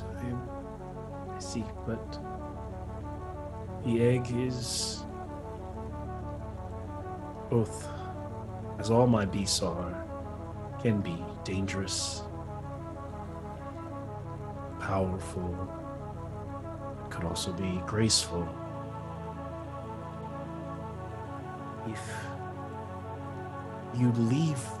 you bless me with this offering, I will nurture and keep it. And when it births, it will have free reign to roam here in the Vale. And when it is born, you will know inside.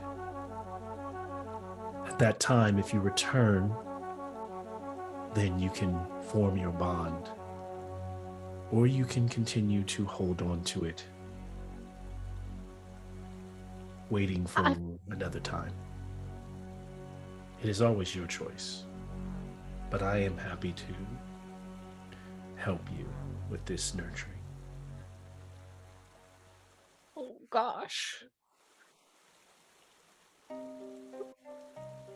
I was expecting something so cryptic, and she was so direct.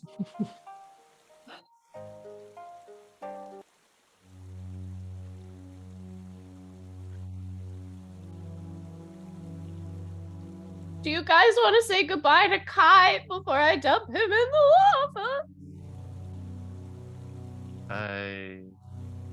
I think farewells are in order. It feels so wrong. But she told me it was okay. Oh. It was my suggestion, but I'm not saying you have to do it. Yeah. The egg I isn't know, but Ilea's responsibility. It's yours. But it seems like the best idea, right? Like, where else? If we're gonna go off into a big battle, I can't, like, carry it around. What if it gets crushed? That's not very responsible. I agree on that point. And at a certain point, Fitz, you will only carry it around as an egg. And there'll never be a right time to see it. Or to even bond with it. There will be a chance for you. And when that moment comes, I'm sure it will be beautiful. Okay. And I think I should leave it.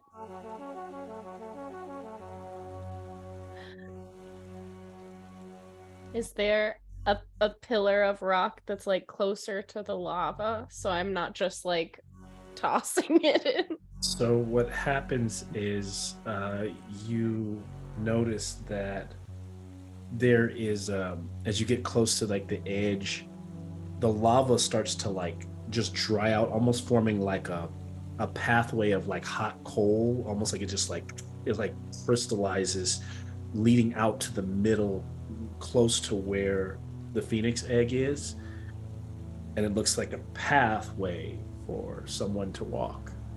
Maybe Fitz.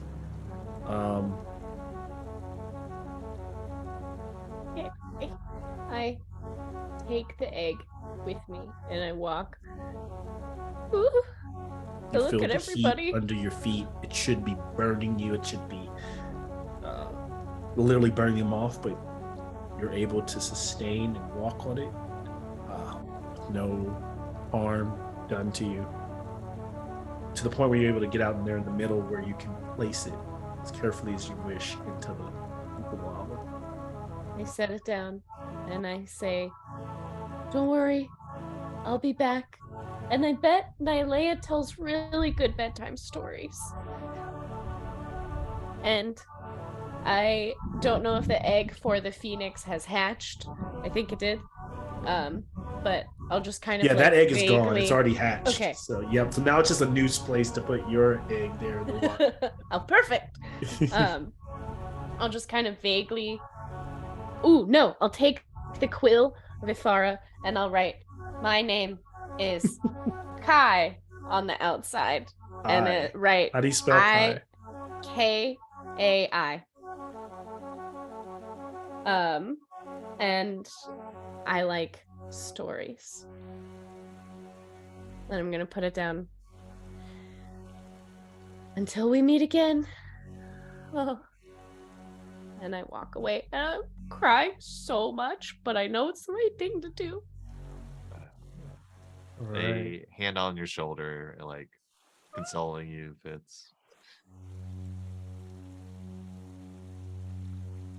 I've been carrying him around since we all first met. Well, I mean, you guys weren't there, but whatever.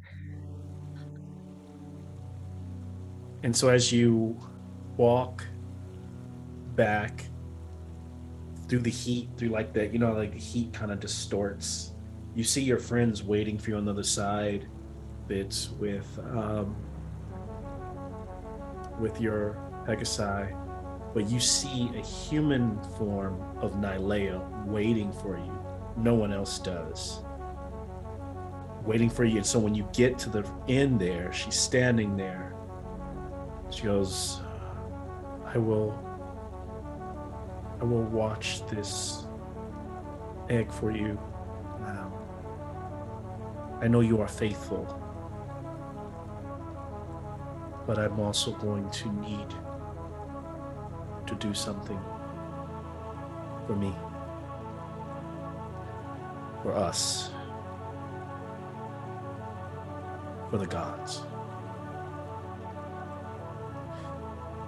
Not you, but all of, and she, wherever her shadows are, you see the nicks in her. For all of us, I hope that you Bronze Bullies can do what I'm about to ask. Whatever you need. All right. She leans in to kind of whisper in your ear to tell you, and we'll end today's game.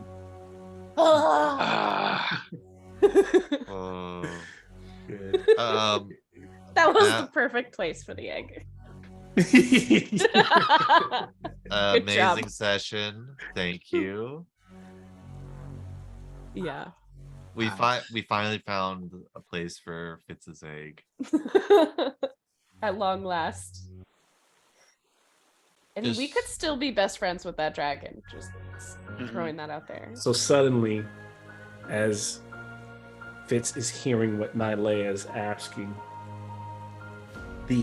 for all of you standing there on the edge of that caldera, off in the distance, you can also see the light on the Temple of Nykthos, where the revel's probably going not too far over the distance. But suddenly, you see a shooting star going up into the sky, and then you see the stars starting to contort like you've seen them do before, and you see Perforos is down, and he's like heaving, and Heliot is standing over him with a hammer in one hand, and he's just thrown something, and the star bursts. And when the star bursts, it gets so bright that you no longer see them. It's almost like it blots out all of stars, and it's like the sun doesn't rise, it just comes from the blast. It is the most intense sun that you've ever experienced. It immediately goes from like that cool night breeze to just like 120 degrees, and it is blazing. And it is literally just intense light. And what Nylea is leaned over and just asks, as she winces, she begins to almost like fade away. And what it was it clearly was Heliot's spear, the cruiser, that exploded. And now it just has this intense light, this unending heat. And what she asks you to do is to go to Nykthos. That is where you'll find the portal to the Nyx. The gods have asked you to kill Heliot. Oh, we were born for this. What? Oh, no. He has a new weapon. All right. That was exciting. McQueen. Okay. The chow. Oh. Oh my god. It's getting Oh, very this is good. gonna be fun. No, this is not. This is not gonna be fun. This is gonna be stressful. Yeah. If you guys Even take if- this fight, it's gonna be tough. It's gonna be fun, but it's gonna be a good one. I'm really There's- glad we have that feather. Yes. If we kill Heliod, does that We're mean gods. it's endless night? Does that mean Eventually- one It's of a good us question. becomes the It's new a good question sun? for first. These are all good questions. Like, There's going to be ramifications. Yeah. But it's like our dream gig as the Bronze Bullies. Yours. Yeah. Like The Chris is longtime kind of okay on members. Heliod. He just she just knows you guys keep calling him an asshole. Has yeah, she first met is like, him? I don't understand what this Like, is about. what? Don't we kind of need the sun?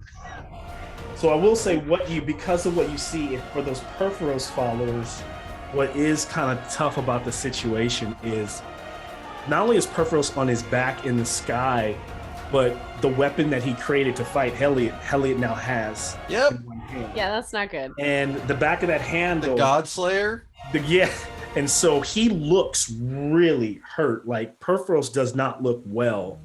And then Cressa said that Heliod is so frustrated, like with everyone, that he's pretty much going to force everyone. Maybe this is his way of forcing everyone into following him as the one true God, because he's just going to create an eternal day. So yeah, if you do you go with eternal heat, like eternal day, or eternal night? Or is there a way to find something in between? That's up to the Bronze Bullies to figure out.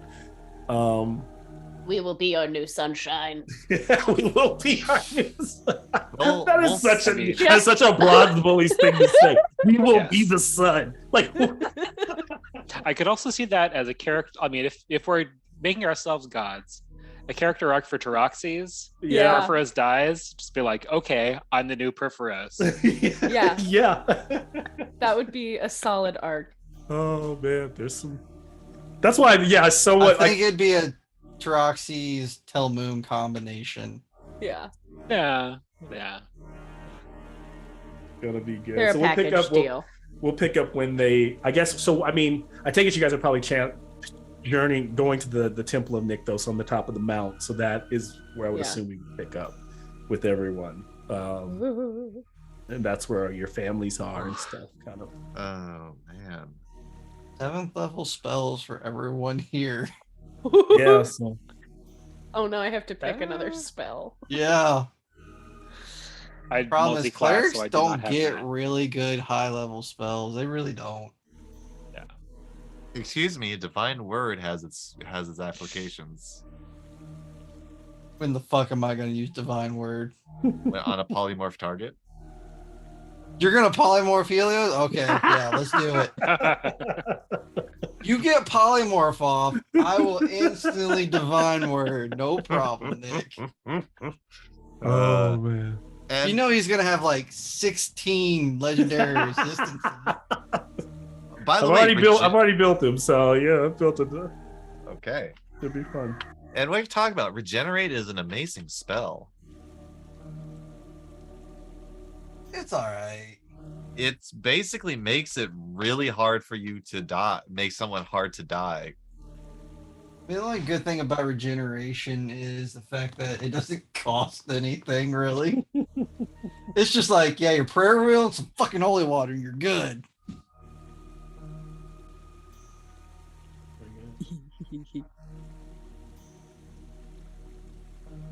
Plane shift Helia to another fucking realm.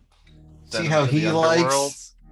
Actually, I was gonna be like, can I send him to where like they went, like that Warhammer scene and all that shit? Oh shit. See how he likes dealing with fucking robots. Oh man, yeah. This will be. I mean, if you guys go after him, then it's your first. It's a god fight. Okay, you know damn well 90% of this party is gonna be like, Fuck yeah. Yeah, The this party is 10% is literally the two newest characters myself. like, what? Why are we doing this? Yeah, it's always the new characters. Like, wait, you guys want to do what? Like, Why Come do along you want with to us. kill him so much?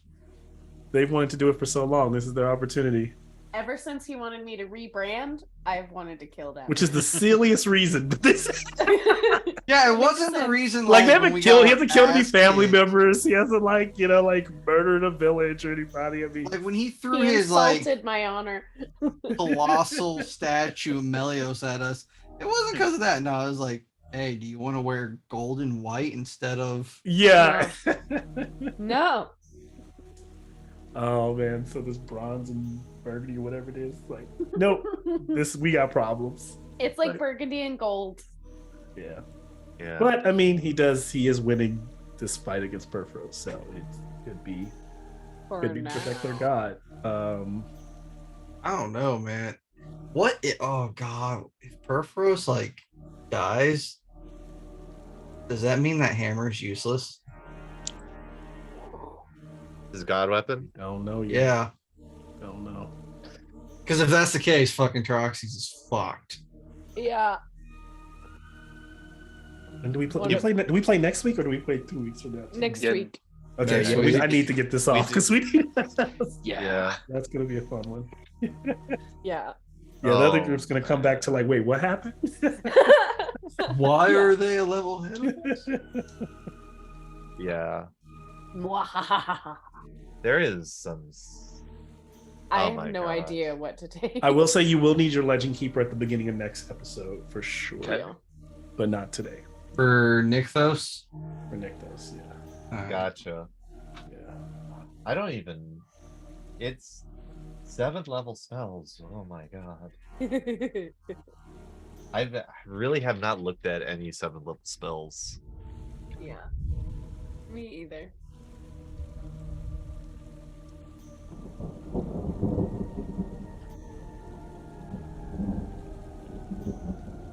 I was not expecting to level up when tonight at all. Jeez. Same. This is the best. So glad you guys showed up. You guys got rewarded. So you all will, for a while at least, be ahead of them because I'm not going to give them the same level up. So yeah, you'll be jump on ahead. Thank you for tonight. Again, Mal. Yeah, man, that was exciting. awesome. That was fun. That was a Yeah, good game. this Good was time. fun. Yeah, it was a fun little frolic in the Skull. Yeah, I didn't know how that was going to work out because I didn't know how if they would even follow the whole Una thing or whatever. But yeah, it was fun. It's cool. Yeah, Hey, you give me someone to follow in a forest. I'm gonna follow them in a forest. she's based on, if you've ever seen she's the same name, but the pixie from Tom Cruise's Legend. Hmm. I Oh. thought that sounded fucking familiar. It's the one that's infatuated with him. Yeah. the glitter fairy. Yeah. We were all making Legend of Zelda references. Oh yeah. Hey, listen. Hey, listen. It's got Legend in there.